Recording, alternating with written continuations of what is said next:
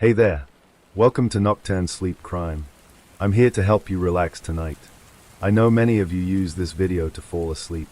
So, before you get cozy, don't forget to like the video and subscribe to the channel. Also, let me know where you're watching from and what time it is there. I'd love to hear from you. Story 1. At 2:13 in the morning, the hotel security camera recorded a girl walking into room 17. She was alone. She was wearing a yellow coat. Her hair was wet from the rain, and according to the hotel's records, room 17 had been empty for 11 years. The camera showed her standing outside the door. She looked directly into the lens. Then she smiled. The door opened. She stepped inside. The door closed behind her. 7 minutes later, the camera recorded something that investigators would spend years trying to explain. A man entered the hallway. He was wearing a dark suit. He stopped outside room 17. He looked directly at the camera. Then he raised one finger to his lips. "Don't speak." The lights flickered. The hallway went dark. When they came back on, the man was gone. So was the girl. But room 17 remained locked from the inside. And nobody could explain how. The hotel was called the Blackwood Grand. It stood on the edge of a small mountain town where winter arrived early and left late. Built in 1912, the hotel had survived 2 fires, 3 bankruptcies, and decades of rumors. But there was one room nobody wanted to discuss. Room 17. The room had officially been closed since 2013. The reason was supposedly a plumbing problem. That was the story the owners gave tourists. The staff knew better. In February 2013, a 17-year-old girl named Emily Carter had disappeared from that room. There had been no broken window, no forced door, no blood, no footprints in the snow. Emily had simply vanished. Her suitcase remained. Her coat remained. Her phone remained on the bedside table. But Emily was gone. The police searched the hotel. They searched the surrounding forest. They searched the mountain roads. Nothing. After 6 months, the case went cold. The hotel eventually renovated the entire second floor, except room 17. That door remained locked, and over the years, employees reported strange noises coming from behind it. Knocking, footsteps, sometimes a girl's voice. But nobody took those reports seriously. Until the night of October 14, 2024, the hotel night manager, Daniel Reeves, was reviewing security footage when he noticed something strange. A woman was standing in the lobby. He didn't remember seeing her enter. He rewound the footage. Nothing. The woman simply appeared. She wore a yellow coat. Daniel approached her. She looked at him. Room 17. Daniel froze. "I'm sorry. Can I have the key?" "There is no room 17. The woman smiled. "Yes, there is." Daniel felt uncomfortable. "Are you staying here?" She didn't answer. Instead, she placed an old brass key on the reception desk. Daniel looked down. Stamped into the metal were 2 numbers. 17. The key was covered in rust. It looked decades old. He picked it up. "Where did you get this?" The woman stared at him. "She gave it to me." "Who?" The woman whispered. "Emily." Daniel looked toward the lobby doors. For a fraction of a second, the woman seemed to disappear. Then the elevator doors opened. She stepped inside. Daniel ran around the desk. "Wait!" The elevator doors closed. He pressed the button. Nothing happened. The elevator had gone to the second floor. Daniel grabbed the master key and followed. The second floor was empty. The hotel had closed it for renovations years earlier. Dust covered the hallway. Daniel walked toward room 17. He stopped. The door was open. That was impossible. He had worked at the hotel for 9 years. Nobody had opened that door. Not once. He called the police. Then he entered. The room was exactly as it had been in 2013. Old wallpaper, a wooden bed, a small desk, a cracked mirror, and beside the bed, a teenage girl's photograph. Emily Carter. Daniel knew the picture immediately. It had appeared in newspapers for years. He stepped closer. Then he noticed something that made his blood run cold. The photograph had been moved. Someone had placed it on the desk. And underneath it was a handwritten note. "She never left." Police arrived at 2:46 a.m. Detective Mara Collins was assigned to the scene. She had worked missing person cases for 14 years. The moment she entered room 17, she felt something was wrong. Not supernatural, not mysterious. Human. Someone had been inside. Recently. She examined the floor. There was dust everywhere, except near the window. A clean footprint. Then another. Someone had walked across the room. Mara crouched. The footprint belonged to a woman. Small. Approximately size 6. She looked toward the window. It was locked. The only exit was the door. She examined the door frame. No damage. No forced entry. Then she noticed something inside the lock. A tiny piece of yellow fabric. She pulled it out. The same color as the woman's coat. Mara looked at Daniel. Who was the woman you saw? I don't know. Did she give you her name? No. What did she say? Daniel hesitated. She said someone gave her the key. Who? Emily Carter. Mara stared at him. Emily Carter has been missing for 11 years. I know. Then why would you believe her? Daniel pointed toward the desk. Mara turned. She saw the photograph. Then the note. She never left. At 4:12 a.m., Mara received an unexpected phone call. The number was blocked. She answered. Detective Collins. A woman's voice whispered. You're looking for Emily. Mara immediately stood. Who is this? You're in room 17. Mara looked around. How do you know that? I know everything about that room. Where are you? I can't tell you. Then tell me what happened to Emily. Silence. Then, she trusted the wrong person. Who? The woman whispered a name. Mara's face changed. The name belonged to a man who had been questioned during the original investigation. A man who had claimed he never knew Emily. A man who had died 7 years earlier. Thomas Vale. Mara frowned. Thomas Vale is dead. I know. Then how could he have taken her? He didn't. Who did? The woman breathed softly. Then said, ask the hotel owner what happened in the basement. The call ended. Mara immediately contacted the hotel's owner. He refused to answer questions. That made her suspicious. She ordered officers to search the basement. They found old furniture, boilers, broken pipes, storage boxes, nothing, until an officer noticed something behind a wall.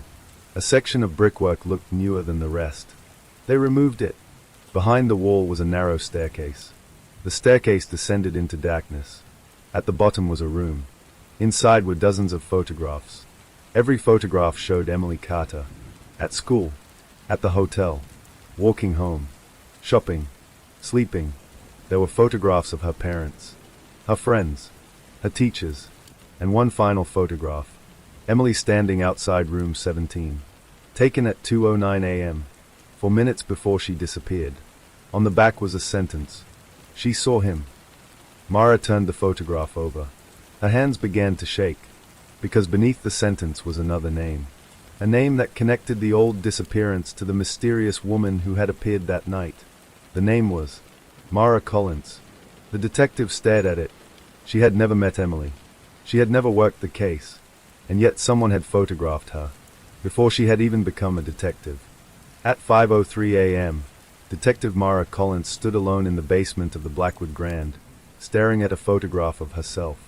The photograph was 11 years old. She was younger in it. Different hair, different clothes, but unmistakably her. Mara took another photograph from the evidence table. Emily Carter, standing outside room 17. Then another. Emily walking through the hotel lobby. Another. Emily looking through a window. And finally, Mara, standing in the background, watching her. Mara's hands tightened around the photograph. She remembered none of it. Detective. She turned. Officer Grant stood at the bottom of the stairs. We found something. What? Come upstairs. Mara followed him. The hallway outside room 17 was filled with officers. Daniel Reeves stood against the wall, pale and trembling. Grant handed Mara a small plastic evidence bag. Inside was a brass key. Number 17. Mara frowned. We already have the key. This one's different. She examined it. The first key had been covered in rust. This one was clean. And attached to it was a tiny strip of yellow fabric. The same material found inside the lock. Where did you find it? Grant pointed toward the room. Under the bed. Mara entered. The bed had been moved. Beneath it was a small wooden box. No lock. Inside were several items. A hair ribbon, a silver necklace, a child's drawing, and a folded piece of paper. Mara opened it. 4 words. She came back for me. Mara looked at Daniel. Who? He shook his head. I don't know. Then the hotel lights went out. The entire second floor fell into darkness. Someone screamed downstairs. Emergency lights flickered on.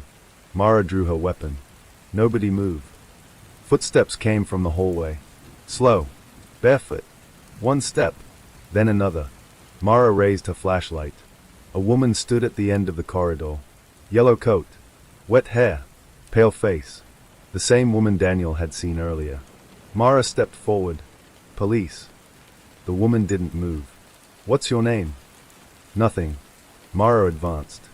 Are you Emily Carter? The woman smiled. Then whispered. You're finally here. Mara stopped. Who are you? The woman lifted one hand. She pointed toward room 17. Then she said, You already know me. The lights flickered. For 1 second, the hallway went completely black. When the lights returned, the woman was gone. But room 17's door was open. Again, Mara entered the room. The window was locked. The closet was empty. The bathroom was empty. There was nowhere to hide. Then she noticed something on the mirror. Written in the condensation. Mara. Underneath. Remember. She touched the glass. Cold. Her reflection stared back. Then something happened. A memory surfaced. A hotel lobby. 11 years earlier. Mara was standing there. But she wasn't a detective. She was a college student. She remembered now. She had come to the Blackwood Grand with a friend. A friend whose name she couldn't remember. They had been investigating Emily's disappearance for a university journalism project. And on that night, Mara had seen Emily. Alive. Mara stumbled backward. No. Daniel stared at her. What? I was here. When? 11 years ago. Daniel looked confused. Why? I don't know. She pressed her fingers against her temples. More memories surfaced. Rain. A yellow coat. Emily running through the lobby. A man following her. Mara hiding behind a pillar. Emily looking directly at her. Then Emily had whispered, Don't let him see you. Mara remembered following her upstairs. To room 17. She remembered the door opening. Then, nothing. The memory disappeared. Mara looked at the room. I was here. Daniel swallowed. Maybe you knew Emily. No. Mara shook her head. I didn't know her. Then why were you here? She didn't know. But she suddenly remembered something else. A photograph. Emily had given her a photograph that night. Mara had taken it home. Then someone had come to her apartment. A man. Dark suit. He told her to forget everything. And she had. Or at least, she thought she had. At 7:20 a.m., Mara returned to her apartment. She searched through old boxes. College notebooks. Photographs. Receipts. Old newspapers. Nothing. Then she found a small envelope hidden inside an old book. No name. No date. Inside was a photograph. Emily Carter. Standing beside a woman. The woman was Mara. But they weren't alone. Behind them stood the man in the dark suit. Mara recognized him. Thomas Vale. The man whose name had appeared during the investigation. The man supposedly responsible for Emily's disappearance. Except he hadn't disappeared with Emily. He had died 7 years later. Mara turned the photograph over. A sentence was written on the back. Thomas wasn't the man who took Emily. Another line appeared beneath it. He was the man who tried to save her. Mara sat down. Then her phone rang. Unknown number. She answered. A woman's voice whispered. Did you remember? Mara stood. Who are you? You saw her. Emily? Yes. Where is she? Closer than you think.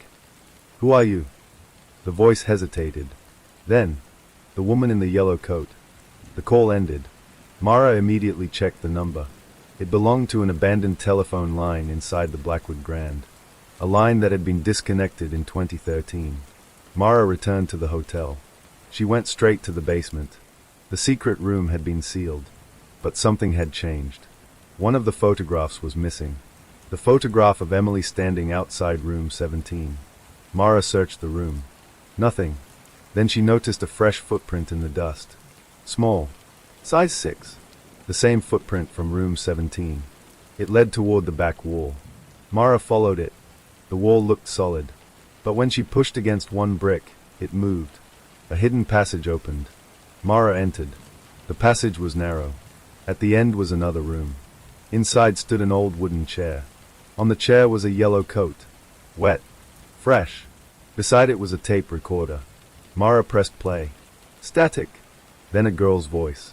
Emily. Hello, Mara. Mara froze. The recording continued. If you're hearing this, then you remembered. Mara's heart began pounding. I know you don't remember me. A pause. But I remember you. Mara looked around the room. Emily continued. You were the last person I trusted. Mara whispered. What happened to you? The tape answered as if Emily could hear her. They took me downstairs. Static. I wasn't alone. Mara stepped closer. There were other children. Her face went pale. Emily continued. They were using the hotel. For what? The tape crackled. Then Emily whispered. To hide people. Mara stared at the recorder. Who? Emily's voice became frightened. People who weren't supposed to exist. A door slammed on the recording. Emily gasped. Someone was approaching her. She whispered one final sentence. The woman in the yellow coat isn't me. The tape stopped. Mara stood motionless. The woman she'd seen wasn't Emily. But then who was she? A noise came from behind Mara. She spun around. The woman in the yellow coat stood in the doorway. This time Mara saw her clearly. She was young, perhaps 25. Her face was pale. Her eyes were tired. But there was something familiar about her. Mara raised her weapon. Don't move. The woman didn't. What's your name? She stared at Mara. Emily. Mara shook her head. The tape said you're not Emily. The woman smiled sadly. That's what they wanted you to believe. Who are you? The woman stepped forward. My name is Claire Carter. Mara's breath caught. Carter. Emily was my sister. Then why did you say you were Emily? Because that's the name they remember. Mara lowered the weapon slightly. Where is Emily? Claire looked toward the floor. She's dead. Mara froze. When? 11 years ago. Who killed her? Claire's eyes filled with tears. Nobody. Mara frowned. Then how did she die? Claire whispered. She never made it out of room 17. Claire explained what had happened. Emily had discovered the hidden rooms beneath the hotel. She had found evidence of people being held there. She had tried to expose it, but someone discovered her. Thomas Vale tried to help. He failed. Emily disappeared. Claire had spent 11 years trying to find her. The yellow coat belonged to Emily. Claire wore it because it was the last thing her sister had left behind. But why come back now? Mara asked. Because someone is using room 17 again. Who? Claire looked at her. You. Mara's expression hardened. What?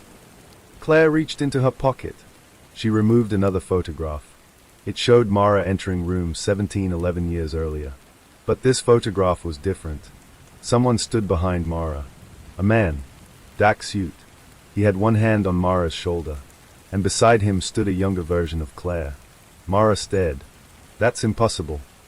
Claire shook her head. No. She pointed to the man. That's the person you need to find. Who is he? Claire looked toward the hallway, then whispered, Your father. Mara's face went blank. My father died when I was 12. Claire nodded. That's what they told you. Before Mara could respond, the basement door slammed shut. The lights went out. Claire grabbed her arm. He's here. Who? Claire's voice trembled. The man who has been watching room 17 for 11 years. A man's footsteps echoed through the corridor. 1, 2, 3. Mara raised her weapon. Then a voice came from the darkness. Calm. Familiar. Almost gentle. Mara. She stopped breathing. She knew that voice. She had heard it in childhood. She had heard it in dreams. She had heard it on the telephone.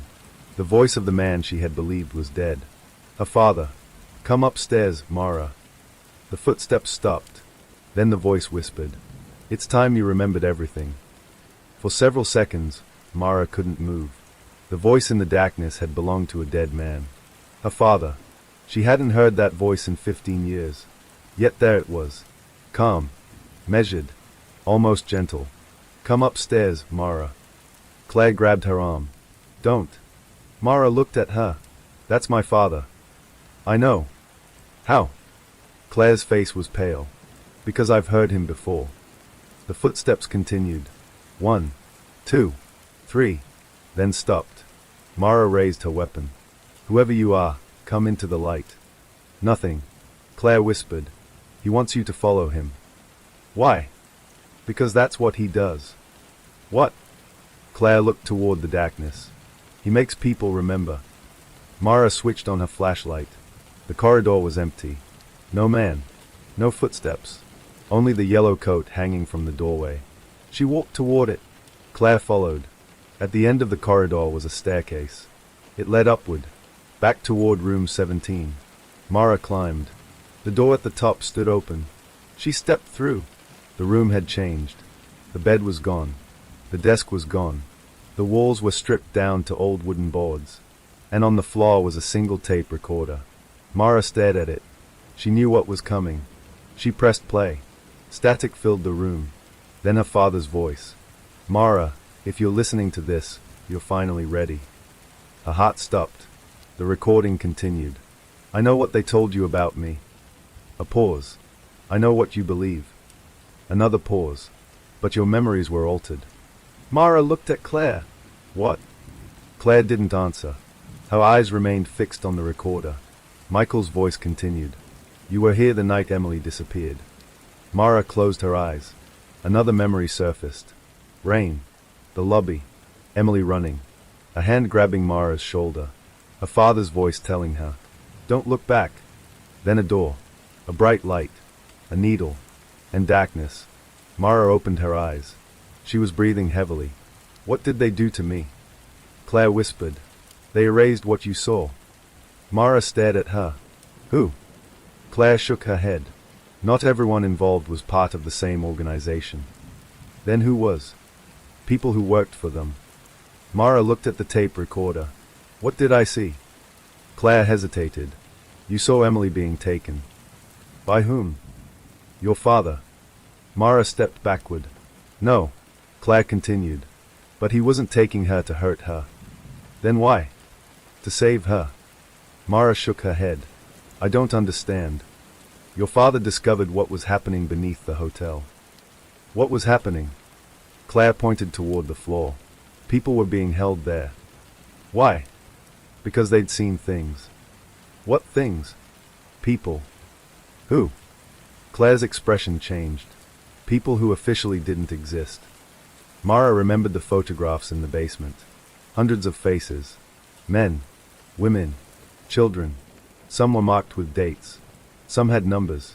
Some had only one word. Transferred. She had assumed they were victims. Now she realized they might have been witnesses. How long had the rooms been operating? Claire answered. "Since the 1970s. Mara stared. "That's impossible." "No." Claire pointed toward the wall. The Blackwood Grand wasn't just a hotel. What was it? A holding facility. A sound came from behind them. The door creaked. Mara spun around. Nobody.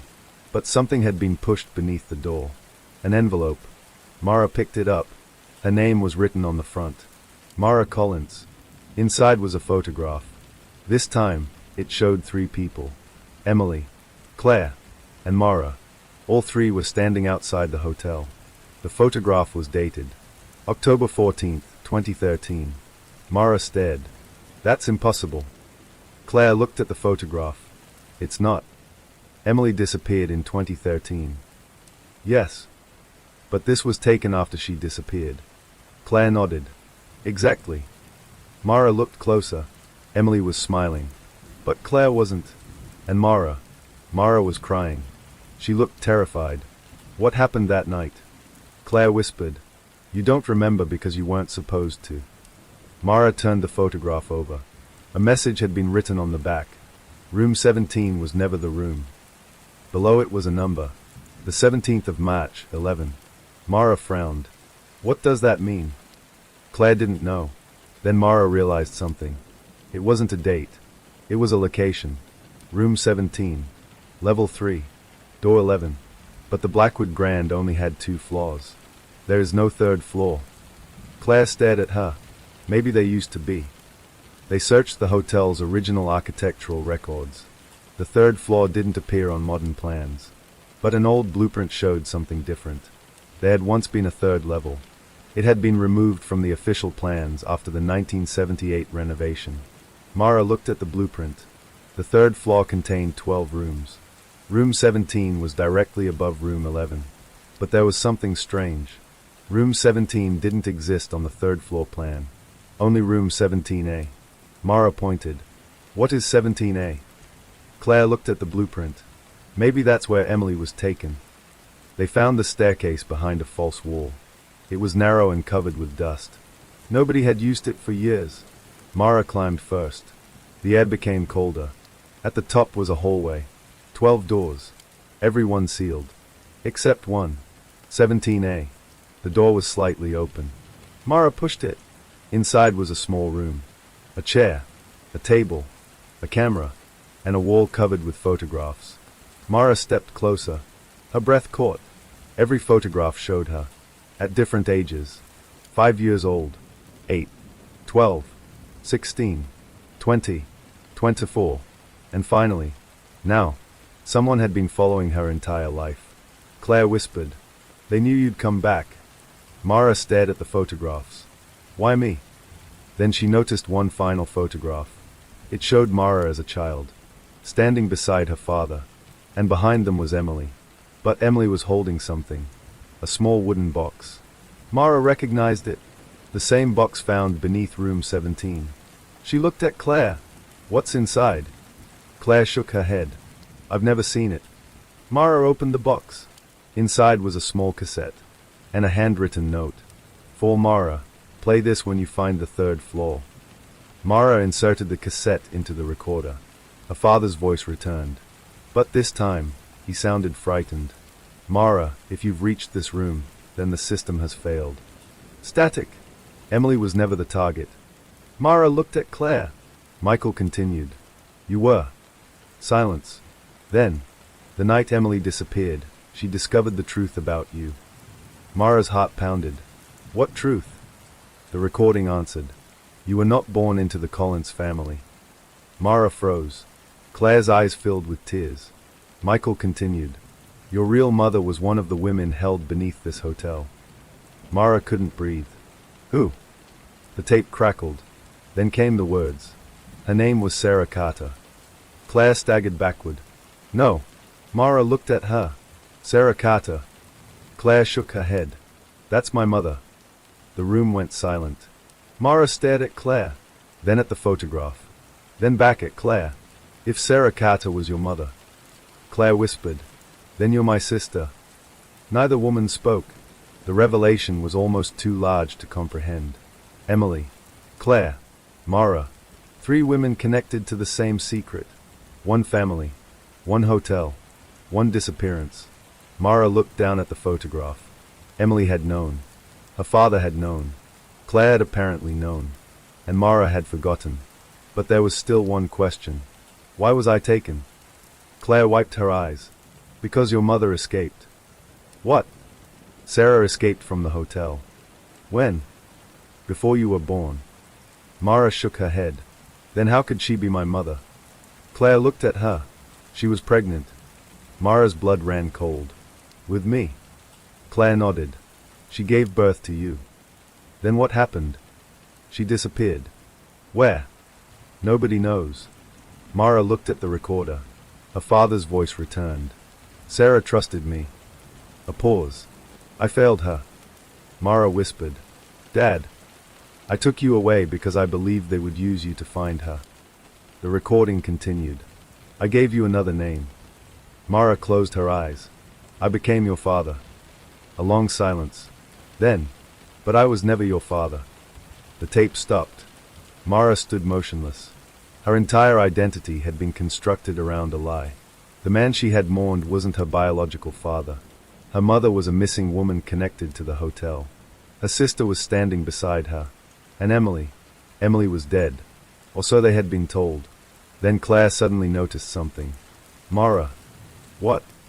She pointed toward the camera on the wall. It was recording. A red light blinked. Someone was watching them. Mara immediately pulled the cable. The light stayed on. It wasn't connected to electricity. It was battery-powered. Someone had installed it recently. Mara looked at the lens. Who are you? A speaker hidden inside the wall crackled. A man's voice answered. You shouldn't have found this room. Mara recognized the voice. Not her father's. The keeper. Where are you? Watching. Why? Because you are almost at the end. What end? A pause. Then, the beginning. The speaker went silent. Claire looked terrified. What does that mean? Mara didn't answer. She was staring at the wall. One photograph had changed. She was certain of it. A photograph of Emily. A moment earlier, Emily had been standing alone. Now someone stood beside her. A man. Dark suit. His face was partially hidden. But Mara recognized him. Her father. Michael Collins. Except, Mara's father had never been named Michael Collins. He had been David Collins. That was the name on her birth certificate. The name on her childhood records. The name on his grave. But the photograph proved something else. Her father had used another name. And perhaps, another identity. Mara took the photograph from the wall. On the back was a date. November 3rd, 2013. Underneath, the first call. She looked at Claire. What happened on November 3rd? Claire thought. That's the day Emily disappeared. No. Mara pointed. Emily disappeared October 14th. Claire stared. Then what happened November 3rd? Neither knew. Until Mara remembered something. The emergency call. The call that had started the entire investigation. A call placed from room 17. On November 3rd. Weeks after Emily had supposedly disappeared. Mara's phone suddenly rang. Unknown number. She answered. A child's voice whispered. Detective. Who is this? I'm in room 17. Mara froze. What's your name? The child began crying. Then whispered. Emily. Mara looked at Claire. Claire's face had gone white. The child continued. Is coming. Who? A man's footsteps could be heard in the background. Slow. Heavy. Getting closer. Then the child whispered. It's your father. The line went dead. Mara immediately looked toward the hallway. The door to room 17A slowly began to close. Claire grabbed her arm. Don't. Mara pulled her away. Why? Claire stared at the closing door. Because if that really was Emily. She swallowed. Then she's been alive this entire time. The door slammed shut, and from the other side came 3 slow knocks. Knock. Knock. Knock. Mara raised her weapon. Then a voice whispered through the door. A voice she had heard once before. A voice she thought belonged to a dead girl. Mara, it's me. Emily Carter was alive. The voice came again. Soft. Almost too soft to hear. Mara, it's me. Mara stared at the closed door. For 11 years, Emily Carter had existed only in photographs, police reports, newspaper articles, and memories. A missing girl. A cold case. A name printed beneath the words. Still missing. But now someone was standing behind a locked door claiming to be Emily. Claire grabbed Mara's arm. Don't open it. Mara whispered. Why? Because if that's really Emily. Claire couldn't finish. Mara raised her weapon. Emily. A pause. Then. Yes. How do I know it's you? The voice behind the door answered. You don't. Mara's heart pounded. Tell me something only Emily would know. Silence. Then the girl spoke. You were wearing a blue sweater the night we met. Mara froze. She had been. And you had a silver ring on your right hand. Mara looked down. The ring was still there. She had owned it since college. Emily continued. You were crying. Mara whispered. Why? Because you had just found out your father was dead. Mara's breath caught. That memory was real. But there was something else. Emily knew about it. Open the door, Emily whispered. Mara reached for the handle.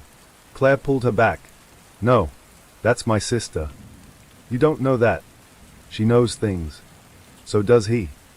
Mara looked at Claire, the man behind the door. Claire nodded. The person who has been controlling this hotel. Mara turned back toward the door. Then we need to know which one is behind it. She slowly unlocked it. The door opened. The room beyond was dark. Mara raised her flashlight. Nothing. A chair. A table. An old mattress. No person. Emily? Silence. Mara stepped inside. Claire followed. The door suddenly slammed behind them. They spun around. Locked. Mara tried the handle. Nothing. Then the lights came on. A girl sat in the corner. Yellow coat. Wet hair. Pale face. She looked older than the photographs. But the resemblance was unmistakable. Emily Carter. Mara stared. Emily looked at her. For several seconds, neither spoke. Then Emily smiled. You came back. Mara lowered her weapon. Emily? Emily nodded. Yes. Mara walked toward her. Are you really Emily Carter? Yes. How old are you? 28. Mara stopped. Emily had been 17 when she disappeared. 11 years had passed. The math was correct. But there was something strange about her. She looked exhausted, as if she'd spent those years somewhere without sunlight. Mara sat opposite her. Where have you been? Emily looked toward the floor. Here. Mara frowned. In the hotel. Emily nodded. For 11 years. Not always. Where did they take you? Emily's eyes hardened. Below. The basement. Below that. Mara remembered the hidden third floor. How many levels are underneath this hotel? Emily whispered. 5. Mara stared at her. 5. Emily nodded. The hotel is much bigger underground than it looks above. Why? Because the hotel was never designed for guests. What was it designed for? Emily looked toward Claire. Then back at Mara. People. What people? People who needed to disappear. Mara thought of the photographs. Witnesses. Missing people. Children. Officials. Who built it? Emily shook her head. I never learned the original name. What did they call themselves? The house. Mara frowned. The house. Emily nodded. They believed people could be controlled if you controlled where they lived, what they remembered, and who they trusted. Mara looked at Claire. Your mother. Emily's expression changed. Sarah was one of them.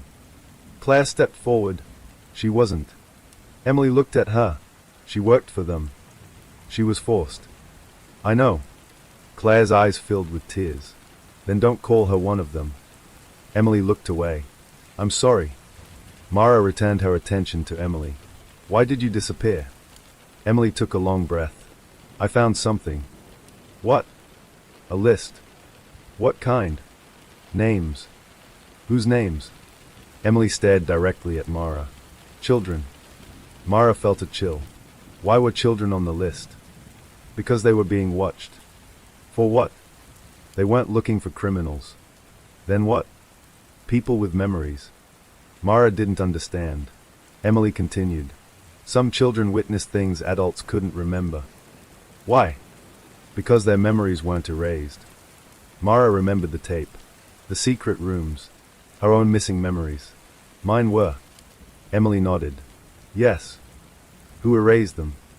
Emily looked toward the door. Your father. Mara's stomach dropped. My father. He was trying to protect you. From whom? The house. Mara stood. Tell me everything. Emily looked at her. Your mother escaped. Sarah. Yes. She took something with her. What? A list. The same list. Emily nodded. Names of children who had witnessed the house's operations. Where is it? Your mother hid it. Where? Emily smiled sadly. That's why they never stopped looking for her. Mara's phone suddenly vibrated. A message. Unknown number. One photograph. It showed an older woman standing outside a train station. Mara stared. She knew the face.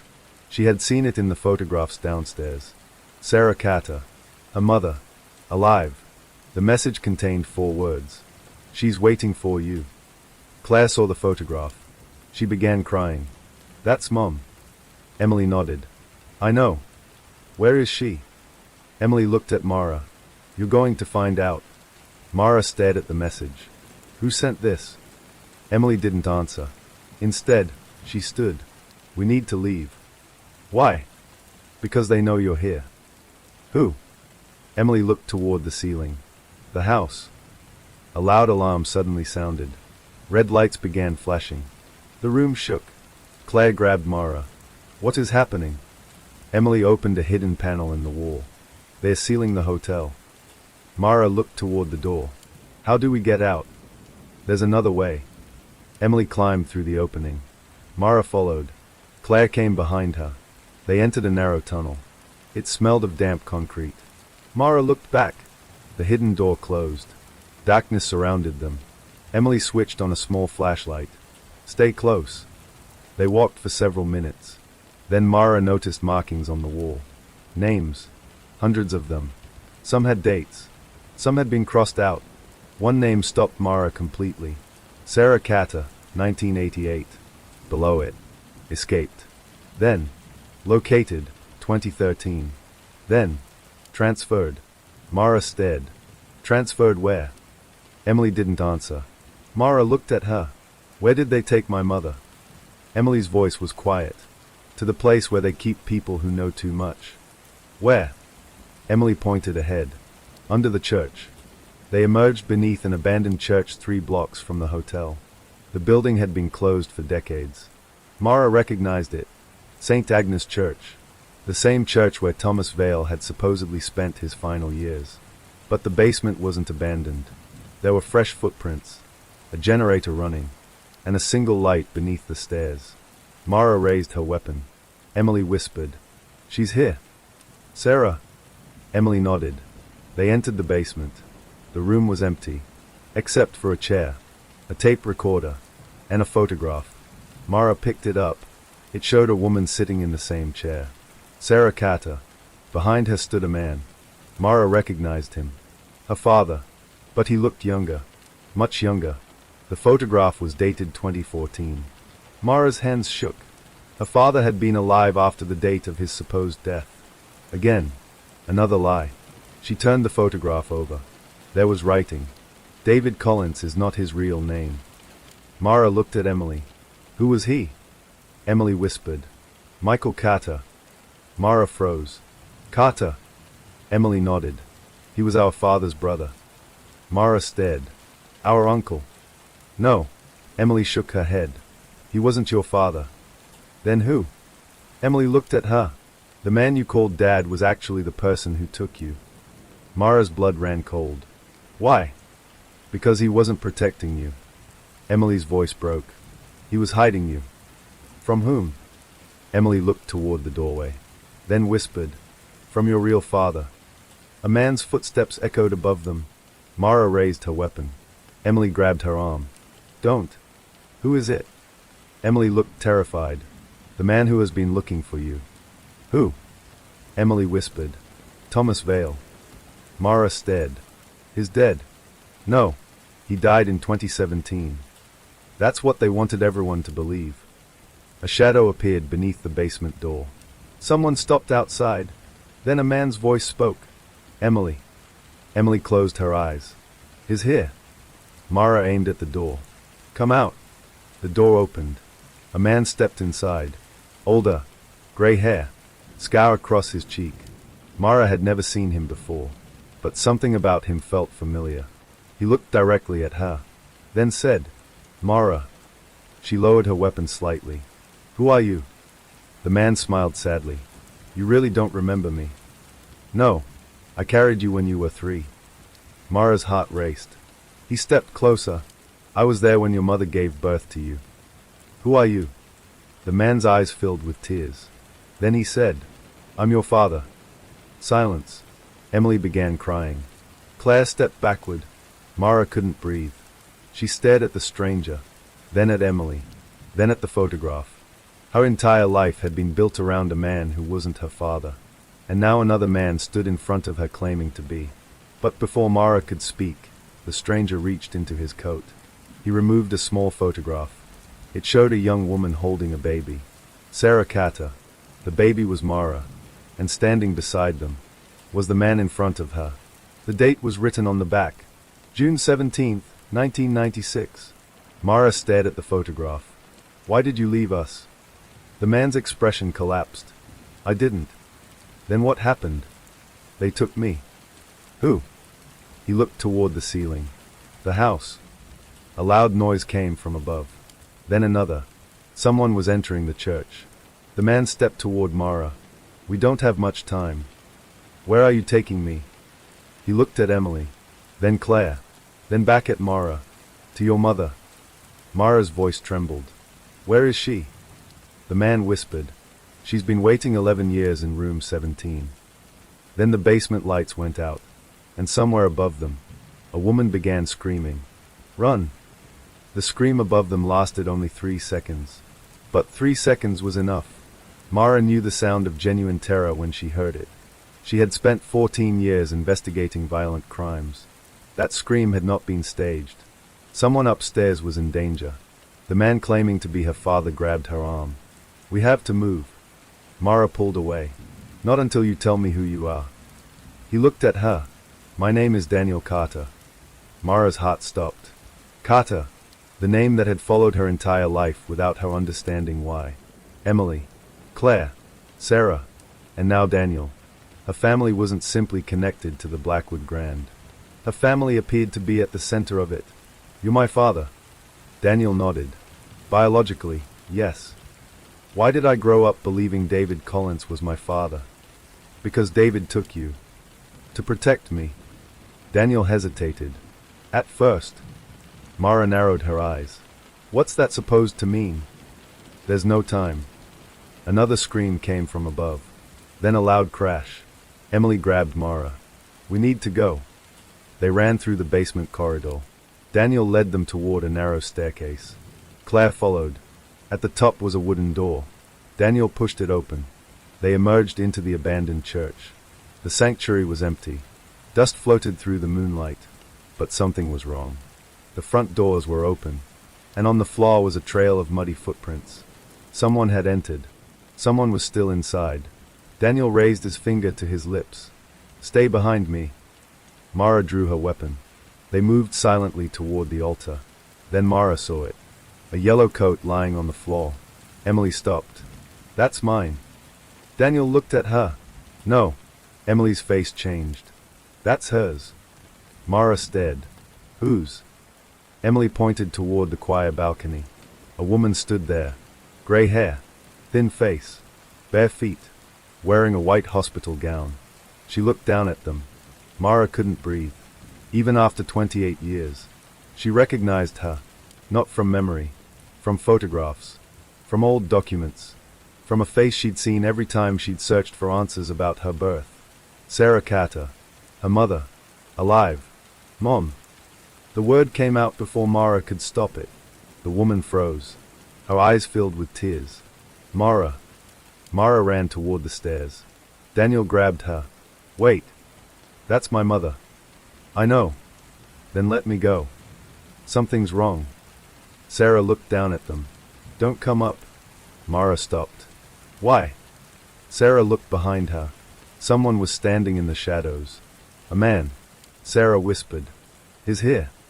The lights went out. Gunfire exploded through the church. Daniel pushed Mara to the floor. Glass shattered above them. Claire screamed. Emily pulled her behind a stone pillar. Mara crawled toward the altar. "Who is shooting?" Daniel looked toward the balcony. "The house." "Who?" "Everyone." Another shot. The balcony railing splintered. Sarah disappeared into darkness. Mara stood. "Mom!" Daniel shouted. "Don't!" But Mara was already running. She reached the balcony. Sarah was gone. Only the hospital gown remained. Mara grabbed it. A small plastic identification tag was attached to the sleeve. "Patient 17." Mara stared. Patient 17. Daniel climbed the stairs behind her. She was held here. For how long? 11 years. Mara turned. 11 years. Daniel nodded. Since Emily disappeared. Mara's voice became cold. You knew. I knew where she was. And you did nothing. I couldn't reach her. You could have tried. I did. When? Every year. Mara stared at him. Why didn't you tell me? Because the first time I tried. He paused. They nearly killed you. Mara didn't answer. Daniel reached into his coat. He pulled out an old envelope. Your mother gave me this. When? 3 days ago. Mara opened it. Inside was a single handwritten letter. The handwriting was shaky. But the first line made Mara's heart break. My daughter. She continued reading. If you're reading this, then they failed to keep us apart. Mara's vision blurred. I wanted to tell you the truth years ago. I tried. Every attempt brought them closer to you. So I disappeared instead. Mara wiped her eyes. Your father never abandoned us. He was taken. She looked at Daniel. The letter continued. The man you called Dad was not your father. He was the keeper. Mara stopped. Daniel looked away. The letter continued. His name was David Collins. He was the man who erased your memories. Mara felt sick. David. The man she had loved. The man who had raised her. The man buried beneath a stone bearing his name. He had been the keeper. The person controlling the house. But why? Mara read the final paragraph. There is something you must understand. The house is not a building. It is a network. People carry the name. When one keeper dies, another takes his place. Then, David chose you. Mara froze. Daniel looked at her. What does that mean? I don't know. The letter ended with one final sentence. You were never supposed to investigate room 17. You were supposed to inherit it. Mara lowered the paper. Inherit what? Daniel looked toward the dark sanctuary. The house. Suddenly, footsteps sounded behind them. Daniel turned. A man stood at the end of the balcony. Dark suit. Gray hair. Calm expression. Mara recognized him immediately. David Collins. Her supposed father. Her dead father. The keeper. Mara raised her weapon. You. David smiled. You finally remember me. You're supposed to be dead. I was. What? David Collins died. He stepped forward. But I didn't. Mara's hands trembled. Where is my mother? Safe. You took her. I protected her. You imprisoned her. I kept her alive. You kept everyone prisoner. David's expression remained calm. Because they knew too much. About what? The truth. What truth? David looked at Daniel. Then Emily. Then Claire. Finally, Mara. About you. Mara stared. What about me? David smiled. You were the first. The first what? The first child born outside the house who survived the memory process. Mara didn't understand. David continued. Your mother was exposed to the house before you were born. Your memories were contaminated before you were even born. That's impossible. No. David pointed toward her head. You were born carrying memories that weren't yours. Mara felt a chill. What memories? Your mother's. How? Because she was pregnant when she escaped. Mara looked at Daniel. He nodded. Sarah remembered everything. David continued. Every room. Every face. Every name. She carried the memories of the house inside her. Mara whispered. And I inherited them. Yes. The room went silent. Mara suddenly remembered flashes. A hallway. Children. A woman screaming. A metal door. Someone writing names on a wall. She dropped her weapon. Her head throbbed. Emily rushed toward her. Mara. I remember. What? Mara looked at her. The children. Emily's face went pale. You saw them? Mara nodded. I was there. No. I remember. She saw it clearly now. The underground rooms. Children sitting behind glass. Sarah holding her. David standing beside them. And a man with a scar across his cheek. Daniel. But there was something else. A door. A door marked. Room 17. And behind it, a child, a little girl. Mara, not as a baby, as a 5-year-old. Mara screamed. When she opened her eyes, she was lying on the church floor. Emily was beside her. Claire was crying. Daniel was gone. David was gone. Mara sat up. Where are they? Emily shook her head. They took Daniel. Who? The house. Mara stood. We're getting him back. Claire grabbed her hand. No. He's my father. That's exactly why they took him. Mara looked toward the church doors. A black vehicle waited outside. Its headlights were on. Emily whispered, "They're taking him to the hotel." Mara stared. Why? Because room 17 is opening. They reached the Blackwood Grand 40 minutes later. The hotel was surrounded by police vehicles. But something was wrong. There were no officers outside. No lights. No movement. The entire building was dark. Mara stepped out of the car. This place should be crawling with police. Emily shook her head. They're not police. What? They are house members. Mara looked toward the hotel. Several silhouettes stood behind the windows, watching, waiting. Mara checked her weapon. Then we go in. Claire looked at her. Are you sure? Mara nodded. This ends tonight. They entered through the side door. The lobby was empty, but on the reception desk was a message, written in black ink. Room 17. Mara looked at Emily. Trap. Definitely. Good. She started walking. They climbed the stairs. Second floor. Room 17. The door was open.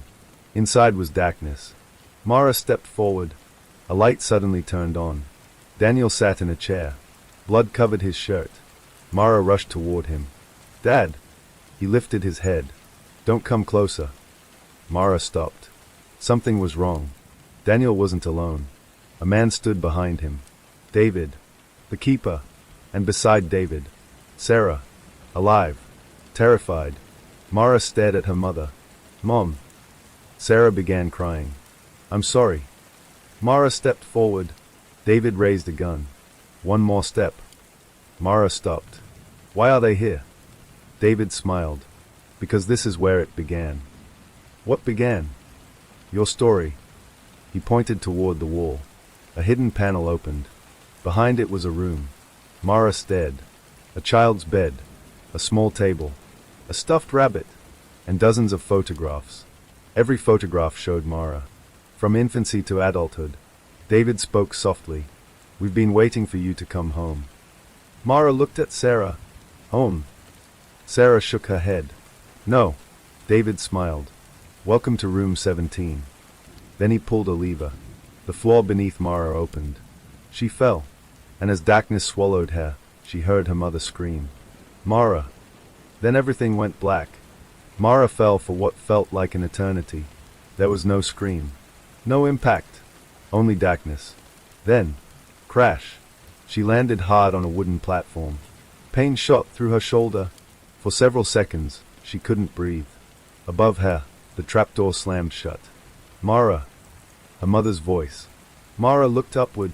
A small rectangle of light disappeared as the floor closed. Mom. Nothing. Then she heard David's voice. Calm. Almost comforting. You'll understand soon. Mara stood. Her flashlight was gone. The darkness around her seemed complete. She reached into her pocket. Her phone was still there. The screen showed no signal. But the flashlight worked. She switched it on. And froze. She was standing in a corridor. Not a basement. Not a maintenance tunnel. A corridor that looked exactly like a hospital. White walls. Metal doors. Old fluorescent lights. And on every door was a number. 1, 2, 3, 4. Mara slowly walked forward. Then she saw it. 17. The door was slightly open. She pushed it. Inside was a small room. A bed. A desk. A child's drawing. And on the wall, a height chart. Names had been written beside measurements. Mara's name appeared at the bottom. Mara, age 5. She stepped backward. No. She remembered being 5. Her mother's kitchen. A birthday cake. Her father taking photographs. But those memories suddenly felt artificial. like scenes from a movie she'd watched too many times. Mara touched the wall. Then another memory struck. A little girl sitting on this exact bed, crying. A woman kneeling in front of her. Sarah, her mother. And behind Sarah stood David Collins. David was holding a syringe. Mara heard herself scream. "I don't want to forget." Sarah was crying. David whispered, "You have to." The memory disappeared. Mara stumbled against the wall. She finally understood. Her childhood hadn't been protected. It had been edited. A speaker crackled overhead. David's voice returned. "Memory is a strange thing, Mara." She looked around. "Where are you? You've been here before." "I was 5. "Yes." "What did you do to me?" "Nothing that wasn't necessary." Mara clenched her fists. "You erased my memories. I removed memories that would have destroyed you. You kidnapped me. I saved you." "From what?" Silence. Then David answered. "From your mother." Mara froze. "No. Sarah wasn't always the woman you believe she was. You lied to me my entire life. I gave you a life. You gave me a fake one. A safe one." Mara stared at the speaker. "Why am I here?" David's voice became quieter. "Because you're ready." "Ready for what?" "The final room." Mara continued through the corridor. At the end was a steel door. There was no number. Only 3 interlocking circles. The symbol of the house. Mara pressed her palm against it. Nothing happened. Then she remembered something. A phrase her mother had once repeated when Mara was a child. 3 circles. 1 door. Tell the truth. Mara whispered. "I am Mara Carter." The lock clicked. The door opened. Inside was a control room. Old monitors lined the walls. Hundreds of them. Each showed a different location. A house. A street. A hospital. A school. A prison. A hotel. Mara stared. The house wasn't operating from one place. It was everywhere. She stepped toward the nearest monitor. A live image appeared. Sarah. She was sitting in room 17. David stood behind her. Daniel was on the floor. Emily and Claire were restrained against the wall. Mara's heart raced. She reached for the monitor. A message appeared. "You can save one." Below it were 4 names. Sarah. Daniel. Emily. Claire. Mara stared. "That's not possible." David's voice came through the speakers. "Everything is possible when people believe they have no choice." Mara looked around. "Why are you doing this?" "Because you need to understand the house." "What?" "The house isn't about killing people." "Then what?" "Control." David continued. "People assume secrets are protected by violence. Sometimes they are protected by trust. Sometimes by fear. And sometimes," a pause, "by love." Mara looked at the screens. "Why me?" "Because you were the only person who could survive all 3. A monitor flickered. Mara saw herself, 5 years old, sitting in room 17. Then another image. Mara at 12. Another. Mara at 18. Another. Mara becoming a detective. Someone had been monitoring her entire life. But then she noticed something. The recordings stopped when she was 24. 6 months before she became a detective. Why? She searched the system. A file appeared. Project 17, Subject M. Carter. Mara opened it. The first page contained her photograph. Underneath, subject successfully reintegrated. Then, memory barriers stable. Then, awaiting activation. Mara stared at the screen. Activation. A final line appeared. Trigger, room 17. Mara's blood ran cold. Her entire investigation had been planned. The mysterious calls. The woman in the yellow coat. The photographs. The clues. Even her arrival at the Blackwood Grand. Someone had wanted her here. David hadn't been reacting to the investigation. He had been waiting for it. A door opened behind her. Mara turned. Thomas Vale entered. She aimed her weapon. "Don't." Thomas raised his hands. "I'm not here to hurt you. You lied to me." "Yes. You're supposed to be dead." "I know. Who are you?" Thomas sighed. "I was the original keeper." Mara's expression hardened. David said the keeper was a position. "It is." So what are you? The man who created it. Mara stared. Why? Thomas looked at the monitors. Because the house was originally built to protect people. Protect them from what? The government. Mara frowned. Thomas continued. Decades ago, people who witnessed illegal operations were disappearing. The house gave them places to hide. Then what happened? Power. Thomas's voice became bitter. People realized that controlling secrets meant controlling people. The house became what it was supposed to destroy. Mara looked at him. And David. He took control. Why did you let him? I didn't. Thomas pointed toward the screens. I tried to stop him. Then why are you alive? Because someone saved me. Who? Thomas looked at the screen showing Sarah. Your mother. Mara stared at him. Sarah. Thomas nodded. She helped me escape. Then why did she disappear? Because David found her. What happened? Thomas's expression changed. She was pregnant. Mara knew. With me. Yes. And David took me. Yes. Why? Thomas hesitated. Because David believed you could do something nobody else could. What? Remember. Mara looked at the monitors. You said my memories were erased. They were. Then how can I remember now? Thomas smiled sadly. Because they weren't erased. Mara stared at him. They were buried. Suddenly, the entire control room shook. An alarm began screaming. Thomas looked at the monitors. He started the sequence. What sequence? The final room. What happens there? Thomas looked directly at Mara. Everyone who enters is given one choice. What choice? Tell the truth. He paused. Or lose someone. Mara looked at the screens. Sarah, Daniel, Emily, Claire. They're going to die. Unless you choose. Mara shook her head. There has to be another way. There always is. What? Thomas pointed toward the largest screen. A timer had appeared. 9:59. 9 minutes and 59 seconds. Find the original room. Mara frowned. Room 17. No. Thomas shook his head. The real room 17. Where? Underneath this one. Mara looked down. The floor. She suddenly noticed a metal hatch. 3 circles were engraved into it. Thomas pointed. That's where the house began. Mara opened it. A staircase descended into darkness. Thomas stepped forward. Once you go down. He looked at her. You'll know everything. Mara took a breath. Then descended. The stairs seemed endless.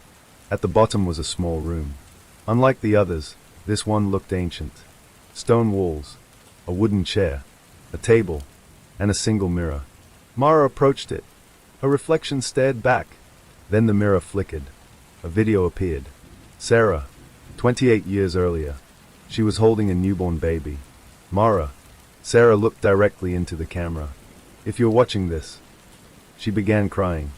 Then my daughter survived. Mara stood motionless. Sarah continued. David will tell you I was dangerous. He'll tell you I couldn't be trusted. He's lying. The video changed. Sarah was older, holding a folder. Your father is Daniel Carter. Mara looked toward Thomas. He was standing at the doorway. Sarah continued. But Daniel wasn't the only person who protected you. A second person entered the video. David, Mara's supposed father. Sarah looked at him. You promised. David nodded. I'll protect her. Sarah handed him the baby. Mara then whispered. Don't make her forget who she is. David answered. I won't. The video suddenly changed. David was alone. He looked directly into the camera. I lied. Mara's heart sank. I couldn't protect her without changing her. The video ended. The mirror went black. Then words appeared. The house chooses its keeper. Mara stepped backward. No. Thomas entered. The system is waiting. For what? For you. Mara shook her head. I'm not becoming the keeper. Thomas looked at her. You already are. What? The moment you entered room 17, the system recognized you. Mara stared at the symbol on the wall. 3 circles. The center circle began glowing. A hidden compartment opened. Inside was a small metal box. Mara opened it. There was a key. And a photograph. The photograph showed David, Sarah, Daniel, Thomas, Emily, Claire, and Mara, all standing together. But the photograph wasn't from the past. It was dated. Tomorrow. Mara stared. That's impossible. Thomas looked at the date. His expression changed. No. What? He whispered. This system doesn't predict the future. Then what? Thomas pointed to the photograph. It records it. The lights went out. A door slammed somewhere behind them. Then the speakers came alive. David's voice. But this time, he sounded terrified. Thomas. Thomas looked upward. What have you done? David answered. I didn't do this. Then who did? Silence. A new voice came through the speakers. A woman's voice. Older. Familiar. Mara stopped breathing. She knew it. Her mother's voice. Sarah. But Sarah was upstairs. The voice said, Mara, if you're hearing me, don't trust anyone in this room. Mara looked at Thomas, then at the mirror. The voice continued. Not even me. The lights returned. Thomas was gone. The door was locked. Mara stood alone. Then the mirror changed. A live image appeared. Sarah was sitting in room 17. She looked directly into the camera, and behind her stood David. But between them was another person. A woman wearing a yellow coat. Mara stared. Emily. Emily slowly raised her hand. She pressed something against the glass. A message appeared on the screen. Mara, run. Then the screen went black. A deafening explosion shook the underground room. Dust fell from the ceiling. The timer appeared again. 003, 002, 001. Then, 0. Every door in the underground complex unlocked simultaneously, and from somewhere in the darkness came the sound of hundreds of locks opening. Mara heard footsteps. Dozens. Then hundreds. People were coming. The house was waking up. And for the first time in decades, every prisoner was free. For the first few seconds, Mara heard nothing but footsteps. Hundreds of them. They echoed through the underground corridors beneath the Blackwood Grand, moving in every direction at once. Doors opened. Locks clicked. Metal hinges screamed. Then came voices. Confused. Frightened. Angry. People were emerging from rooms that had remained sealed for years. Some had been imprisoned for months. Others for decades. Mara stood alone beneath the hotel, trying to understand what had happened. The house had opened every door, every cell, every hidden chamber. And somehow, she had triggered it. A man's voice shouted somewhere in the darkness. Where are we? Another voice answered. Run. Then came the sound of dozens of people rushing through the corridors. Mara looked at the control panel. Every monitor was black, except one. Room 17. Sarah was still there. Daniel stood beside her. David was gone. Emily was gone. Mara ran toward the staircase. She had barely taken 3 steps when someone grabbed her shoulder. She spun around. Thomas. He was breathing heavily. Where were you? Trying to stop the system. You said I was the keeper. I was wrong. Mara stared at him. You knew the system would open. No. Then what happened? Thomas looked toward the corridor. Someone else activated it. Who? He didn't answer. Mara grabbed his coat. Who? Thomas whispered. Emily. Mara froze. Emily opened the doors. Thomas nodded. How? She knows the system better than anyone. She's been trapped here for 11 years. That's why. Mara frowned. Thomas continued. She wasn't just a prisoner. What was she? A witness. To what? Thomas looked at her. The beginning. They ran through the corridors. People were everywhere. A middle-aged man stumbled past them. An elderly woman leaned against the wall. A teenage boy stood barefoot and terrified. A man with a gray beard asked, Is this the outside? Mara stopped. Yes. He looked at her. How long? What? How long was I here? Mara didn't know how to answer. He looked at the wall clock. It had stopped at 2:17. 2 years. Mara shook her head.